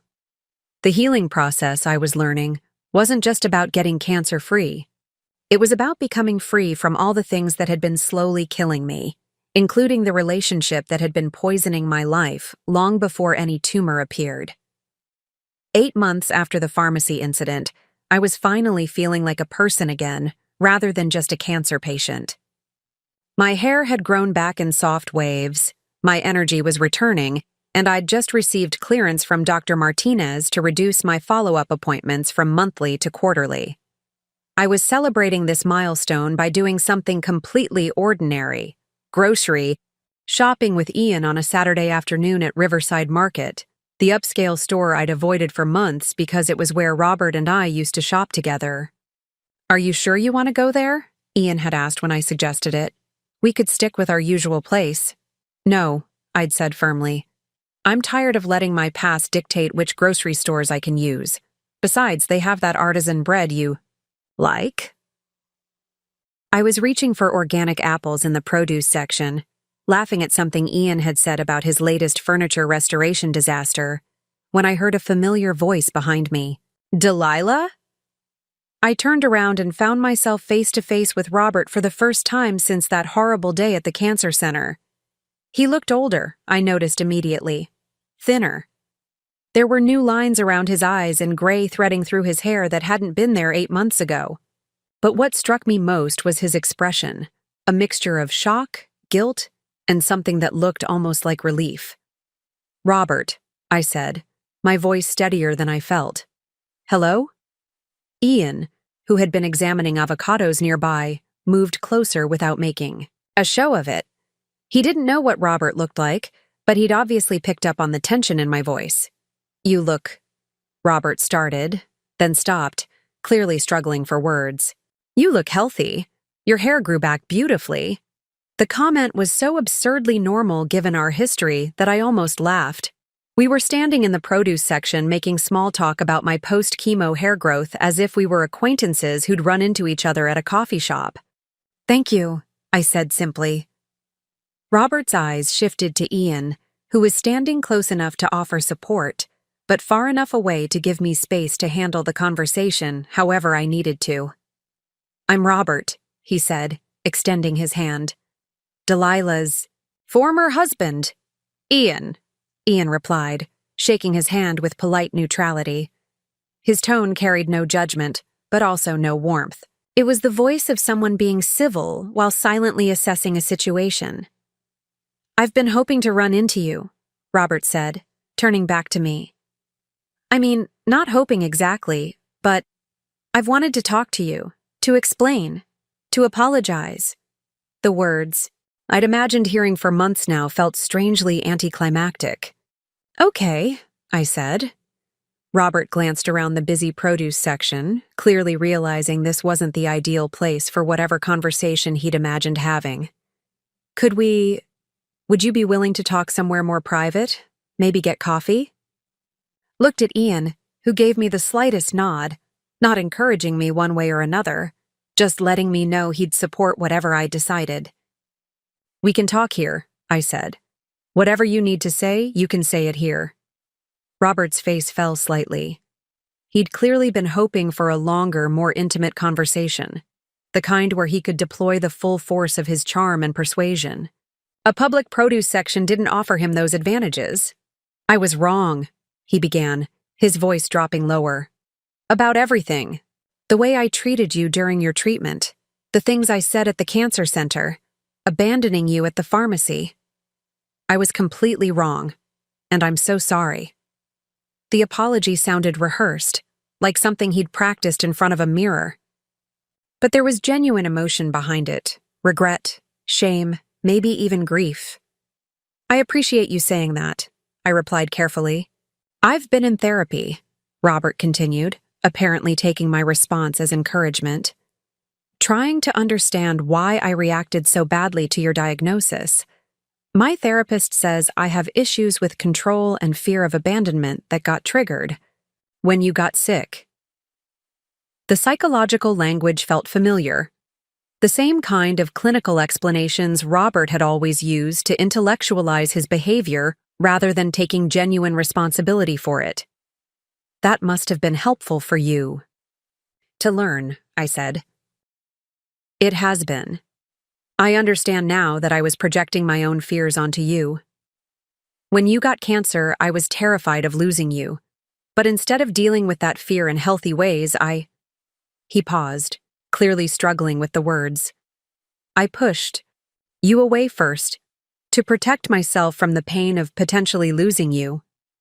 Ian shifted slightly beside me, and I could sense his growing discomfort with Robert's explanation. It was the kind of psychological justification that sounded insightful, but actually avoided taking responsibility for causing harm. Robert, I said quietly, cancer didn't make you abandon me at a pharmacy. Fear of loss didn't make you accuse me of weaponizing my illness for attention. Those were choices you made. His face crumpled slightly. I know. I know they were choices, and they were wrong choices. I'm not trying to excuse what I did. I'm trying to explain it so you'll understand that I'm different now. Different how? I asked. I understand what love really means now, what it means to support someone unconditionally. I know I failed you when you needed me most, but I've learned from that failure. I want to show you that I can be the husband you deserved during your treatment. The word husband hung in the air like a challenge. Robert was clearly hoping for reconciliation, for a chance to prove that therapy had transformed him into the partner he should have been during my cancer journey. Robert, I said gently but firmly, I'm glad you're in therapy. I'm glad you're learning about yourself. But I'm not interested in finding out whether you've changed. His face went white. What do you mean? I mean that I've built a life without you. A good life, with people who showed up for me when I needed them most. People who didn't need a cancer diagnosis to teach them how to treat me with basic human decency. I glanced at Ian, who was watching our exchange with the quiet intensity of someone ready to intervene if needed, but respecting my ability to handle the situation. I'm happy, I continued. Genuinely happy, probably for the first time in years. And that happiness isn't something I'm willing to risk on the possibility that you might have learned to be a better person. Robert's expression cycled through several emotions: disbelief, anger, and finally, something that looked like acceptance. Is it him? He asked, nodding toward Ian. Are you together? That's not really your business anymore, I said. But no, Ian is my friend. Someone who's been incredibly supportive during my recovery. Recovery from cancer or recovery from me? Robert asked. And for the first time in our conversation, he sounded genuinely curious, rather than defensive. Both, I said honestly. Robert was quiet for a long moment, apparently processing the reality that I wasn't just angry with him, I was done with him. That his apology and promises of change weren't going to restore what he'd destroyed. I lost you, he said finally, and his voice held a kind of wonder, as if he was only now understanding the full consequences of his actions. No, I corrected, gently. You threw me away. There's a difference. As we walked away from that encounter, Ian was quiet until we reached his car. Then he turned to me with an expression of amazement. You were incredible, he said. The way you handled that conversation, so clear, so strong, but not cruel. I don't think I could have been that gracious to someone who'd hurt me that badly. A year ago, I couldn't have been either, I admitted. But I've learned that holding on to anger hurts me more than it hurts him. I can be done with someone without hating them. As we drove home, I reflected on how different that encounter had felt from what I'd imagined. I'd expected to feel angry, or sad, or vindicated. Instead, I felt something I hadn't anticipated: complete indifference. Robert had become a stranger to me, someone from my past who no longer had the power to affect my present or future. The man who'd once been able to ruin my day with a disapproving look now felt like just another person at the grocery store. That, I realized, was what real healing looked like. 3 days after my encounter with Robert at the grocery store, my phone rang with an unfamiliar number. It was Gil, the elderly man whose wife Kelly had helped me at Henderson's pharmacy that first terrible day. His voice carried an urgency that immediately caught my attention. Delilah, I hope you don't mind me calling. April from the pharmacy gave me your number. There's something you need to know about your ex-husband. My stomach dropped. What do you mean? Kelly and I have been volunteering at the cancer center since her treatment ended, Gil explained. We help with patient advocacy and support services. Yesterday, we overheard something that concerns you directly. He paused, and I could hear him choosing his words carefully. Robert has been making phone calls to the cancer center, to other patients' families, even to some of the staff. He's been telling people a very different version of what happened to you. I sank into my kitchen chair, feeling the familiar anxiety creep back into my chest.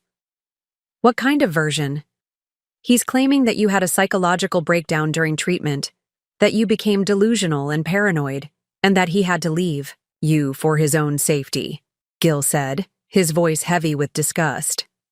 He's telling people that the cancer center staff enabled your mental health crisis instead of getting you proper psychiatric help. The manipulation was breathtaking in its audacity. Robert wasn't just rewriting history. He was actively trying to destroy my credibility with the very people who had witnessed his abandonment and abuse. There's more, Gil continued. He's been contacting families who were in the lobby that day, trying to convince them that what they saw wasn't what actually happened. He's claiming that you coached people to lie about his behavior. My hands started shaking. Even 8 months later, even after building a new life, Robert was still trying to control the narrative about my cancer experience. Who's believing him? I asked quietly. Almost no one, Gil said firmly. The families who witnessed what happened that day remember it clearly. The cancer center staff have documented evidence of everything. But Delilah, he's not giving up. He seems determined to convince someone, anyone, that you're the unstable one in this story, Dr. Martinez called an hour later, her voice tight with professional anger. Delilah, I need to inform you that Robert has been attempting to access your medical records through various channels. He's claiming spousal privilege, even though your divorce was finalized months ago. Can he do that? I asked. Absolutely not. Your medical information is protected and he has no legal right to access it. But his attempts are concerning because they suggest he's building some kind of case against you. Sarah Williams arrived at my apartment that evening with a folder thick with new documentation. We need to talk about a pattern that's emerging, she said, settling into my living room with the serious expression I'd come to associate with significant developments. Robert has been more active than we realized, she began. He's contacted your former friends, your old neighbors, even some of your colleagues. He's been systematically trying to build support for a narrative that paints you as mentally unstable, and him as a victim of your manipulation. She opened her folder and showed me printouts of social media posts, email screenshots, and witness statements. But here's what he didn't anticipate. People have been forwarding his messages to us. His attempts at manipulation are creating their own evidence trail. The documentation was extensive. Screenshots of Facebook messages where Robert claimed I'd weaponized cancer for attention. Emails to former neighbors describing my increasingly erratic behavior during treatment. Text messages to mutual acquaintances warning them that I was spreading lies about him. The good news, Sarah continued, is that his own words are proving our case better than anything we could have compiled ourselves. Every time he tries to convince someone that you're unstable, he's actually demonstrating his own manipulative behavior. Ian arrived as Sarah was leaving, carrying dinner and immediately sensing the tension in the room. What's happened? He asked, setting down the food and focusing entirely on my face. I explained Robert's campaign of manipulation, his attempts to rewrite history, his systematic effort to undermine my credibility with anyone who might support me. He's still trying to control you, Ian said quietly. Even after losing you, even after the divorce, he can't accept that his actions had consequences. What I don't understand, I said, is what he hopes to accomplish. Even if he convinced people I was unstable, what would that get him? Sarah, who had been listening from the doorway, answered, Control. If he can convince enough people that you're mentally ill, that your version of events is unreliable, then he can restore his reputation.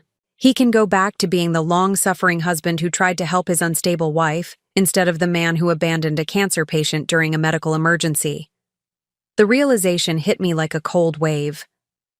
Robert wasn't just trying to rewrite the past. He was trying to steal my future.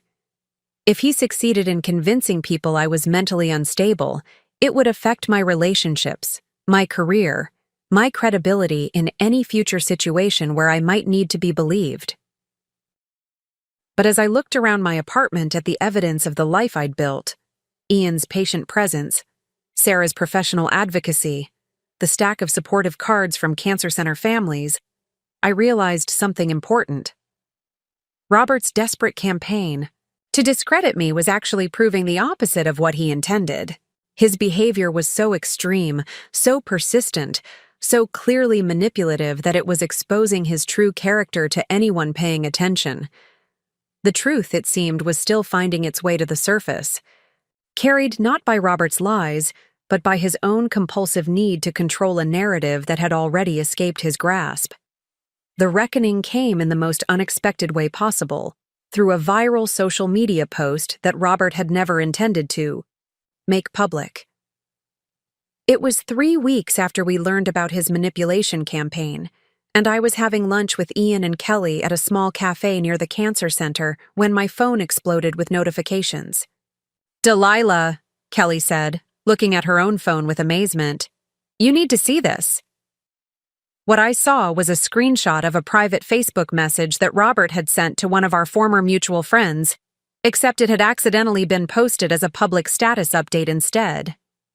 The post contained everything: his detailed plan to discredit me, his admission that he'd abandoned me during chemo because I was inconvenient, and most damaging of all, his explicit strategy for convincing people I was mentally unstable. The post read, "I need to make sure everyone understands that Delilah's version of what happened during her cancer treatment isn't reliable.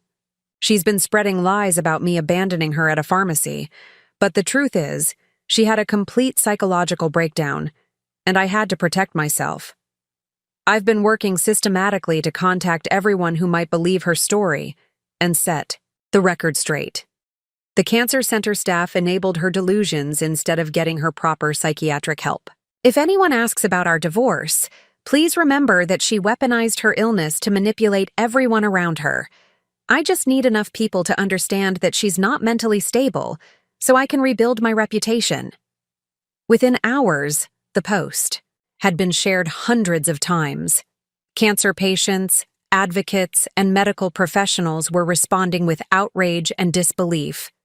Dr. Martinez called me within 30 minutes of the post going viral. "Delilah," she said, her voice shaking with anger, "I need your permission to respond publicly to this. As your oncologist, I can confirm that what he's claiming is medically and factually false. You have my permission," I said without hesitation. Dr. Martinez's response, posted an hour later, was devastating in its clinical precision.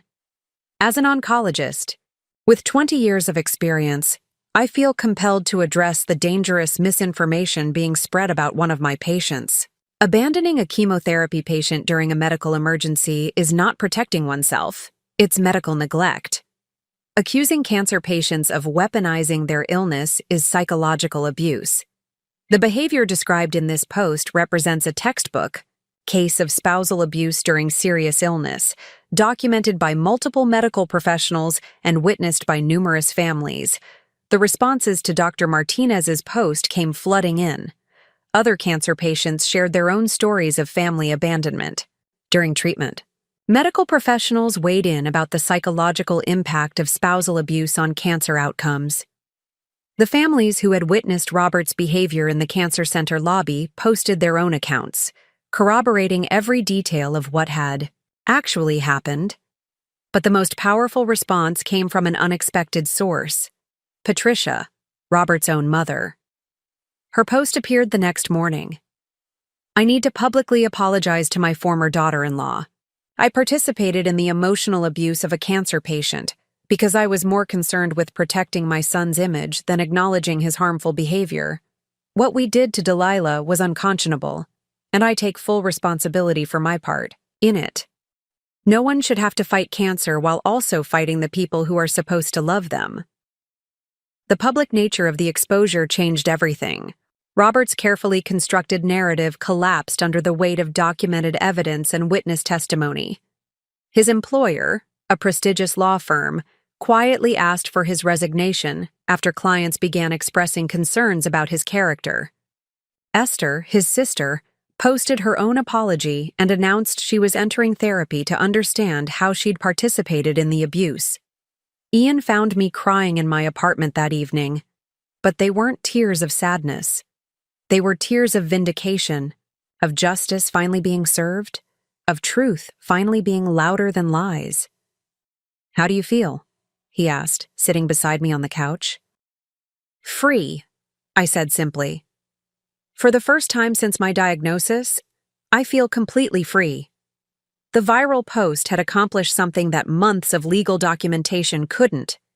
It had exposed Robert's true character to everyone he'd been trying to impress.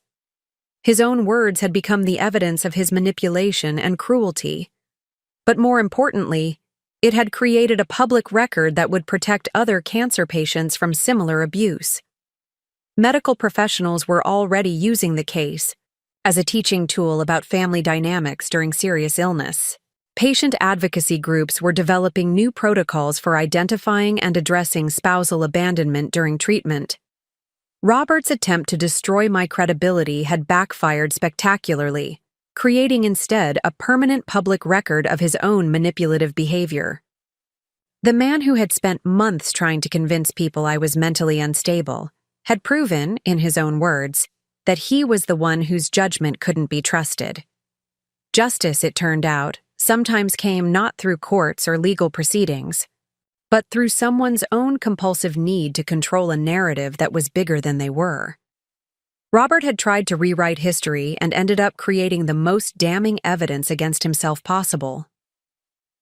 The truth, as I'd learned over and over, again, really did have its own timeline. And when it finally arrived, it was more powerful than any lie. 1 year after the viral post that exposed Robert's manipulation campaign, I stood in the conference room at Riverside Cancer Center, delivering the opening remarks for the first annual Patient Advocacy Symposium. The room was filled with oncologists, nurses, social workers, and cancer survivors. People united by their commitment to ensuring that no patient would have to endure what I had experienced. "1.5 years ago, I began, my voice steady and clear, I was abandoned at a pharmacy during chemotherapy treatment by the person who was supposed to love me most. Today, I'm here not as a victim of that abandonment, but as someone who learned that being thrown away by the wrong person can lead you to find the right ones." In the front row sat my new support network. Ian, now officially my partner after a relationship that had developed as naturally as breathing. Kelly Thompson, who had become like a sister. Dr. Martinez, who had fought for me when I couldn't fight for myself. And Sarah Williams, who had helped me understand that healing meant more than just surviving cancer. The symposium was the culmination of 18 months of work that had grown out of the documentation of my case. Medical professionals had used my experience to develop new protocols for identifying family dysfunction during cancer treatment. Patient advocates had created support networks for people facing abandonment during serious illness. Legal experts had established new frameworks for protecting patients from medical neglect by family members. The most dangerous myth in cancer care, I continued, is that family always equals support. Sometimes the people closest to us are the least equipped to handle our vulnerability. Sometimes love looks like abandonment, and sometimes strangers show us more compassion than spouses. After my presentation, I was approached by dozens of people, cancer patients who had experienced similar abandonment, family members who recognized toxic patterns in their own relationships, medical professionals who wanted to better support, patients in crisis. But the most meaningful conversation came from a young woman named Emma, who was halfway through treatment for breast cancer. "My husband keeps telling me I'm being dramatic about my side effects," she said quietly. "After hearing your story, I think I need to get help." Sarah Williams, who had been listening nearby, immediately stepped forward with resources and contact information. This was how change happened. One conversation at a time, one person finding the courage to ask for help, one support system being built to replace a harmful one. That evening, Ian and I walked through Riverside Park, the same park where I'd once been afraid to encounter Robert by accident. Now it was just a beautiful place where we could enjoy each other's company without fear or anxiety. "Do you ever think about him?" Ian asked as we sat on a bench overlooking the duck pond.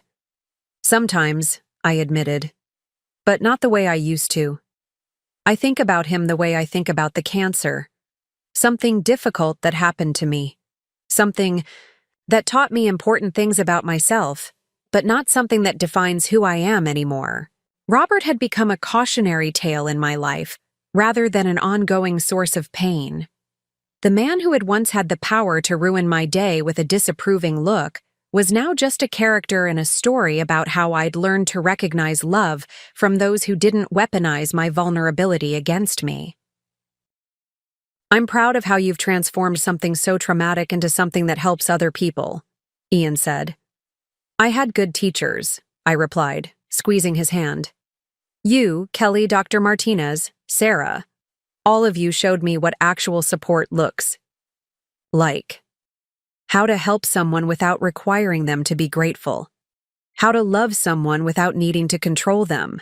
As we watched the sunset paint the sky in shades of pink and gold, I realized that this was what healing looked like. Not the absence of difficult memories, but the presence of people who made those memories feel manageable. Not the erasure of trauma, but the creation of meaning from suffering. The Cancer Center had asked me to become a permanent patient advocate, helping other patients navigate family crises during treatment. Ian and I were planning to move in together, a decision that felt exciting rather than terrifying, because it was based on mutual support rather than control or obligation. Most importantly, I had learned the difference between surviving and thriving. Surviving was getting through chemotherapy despite Robert's abandonment.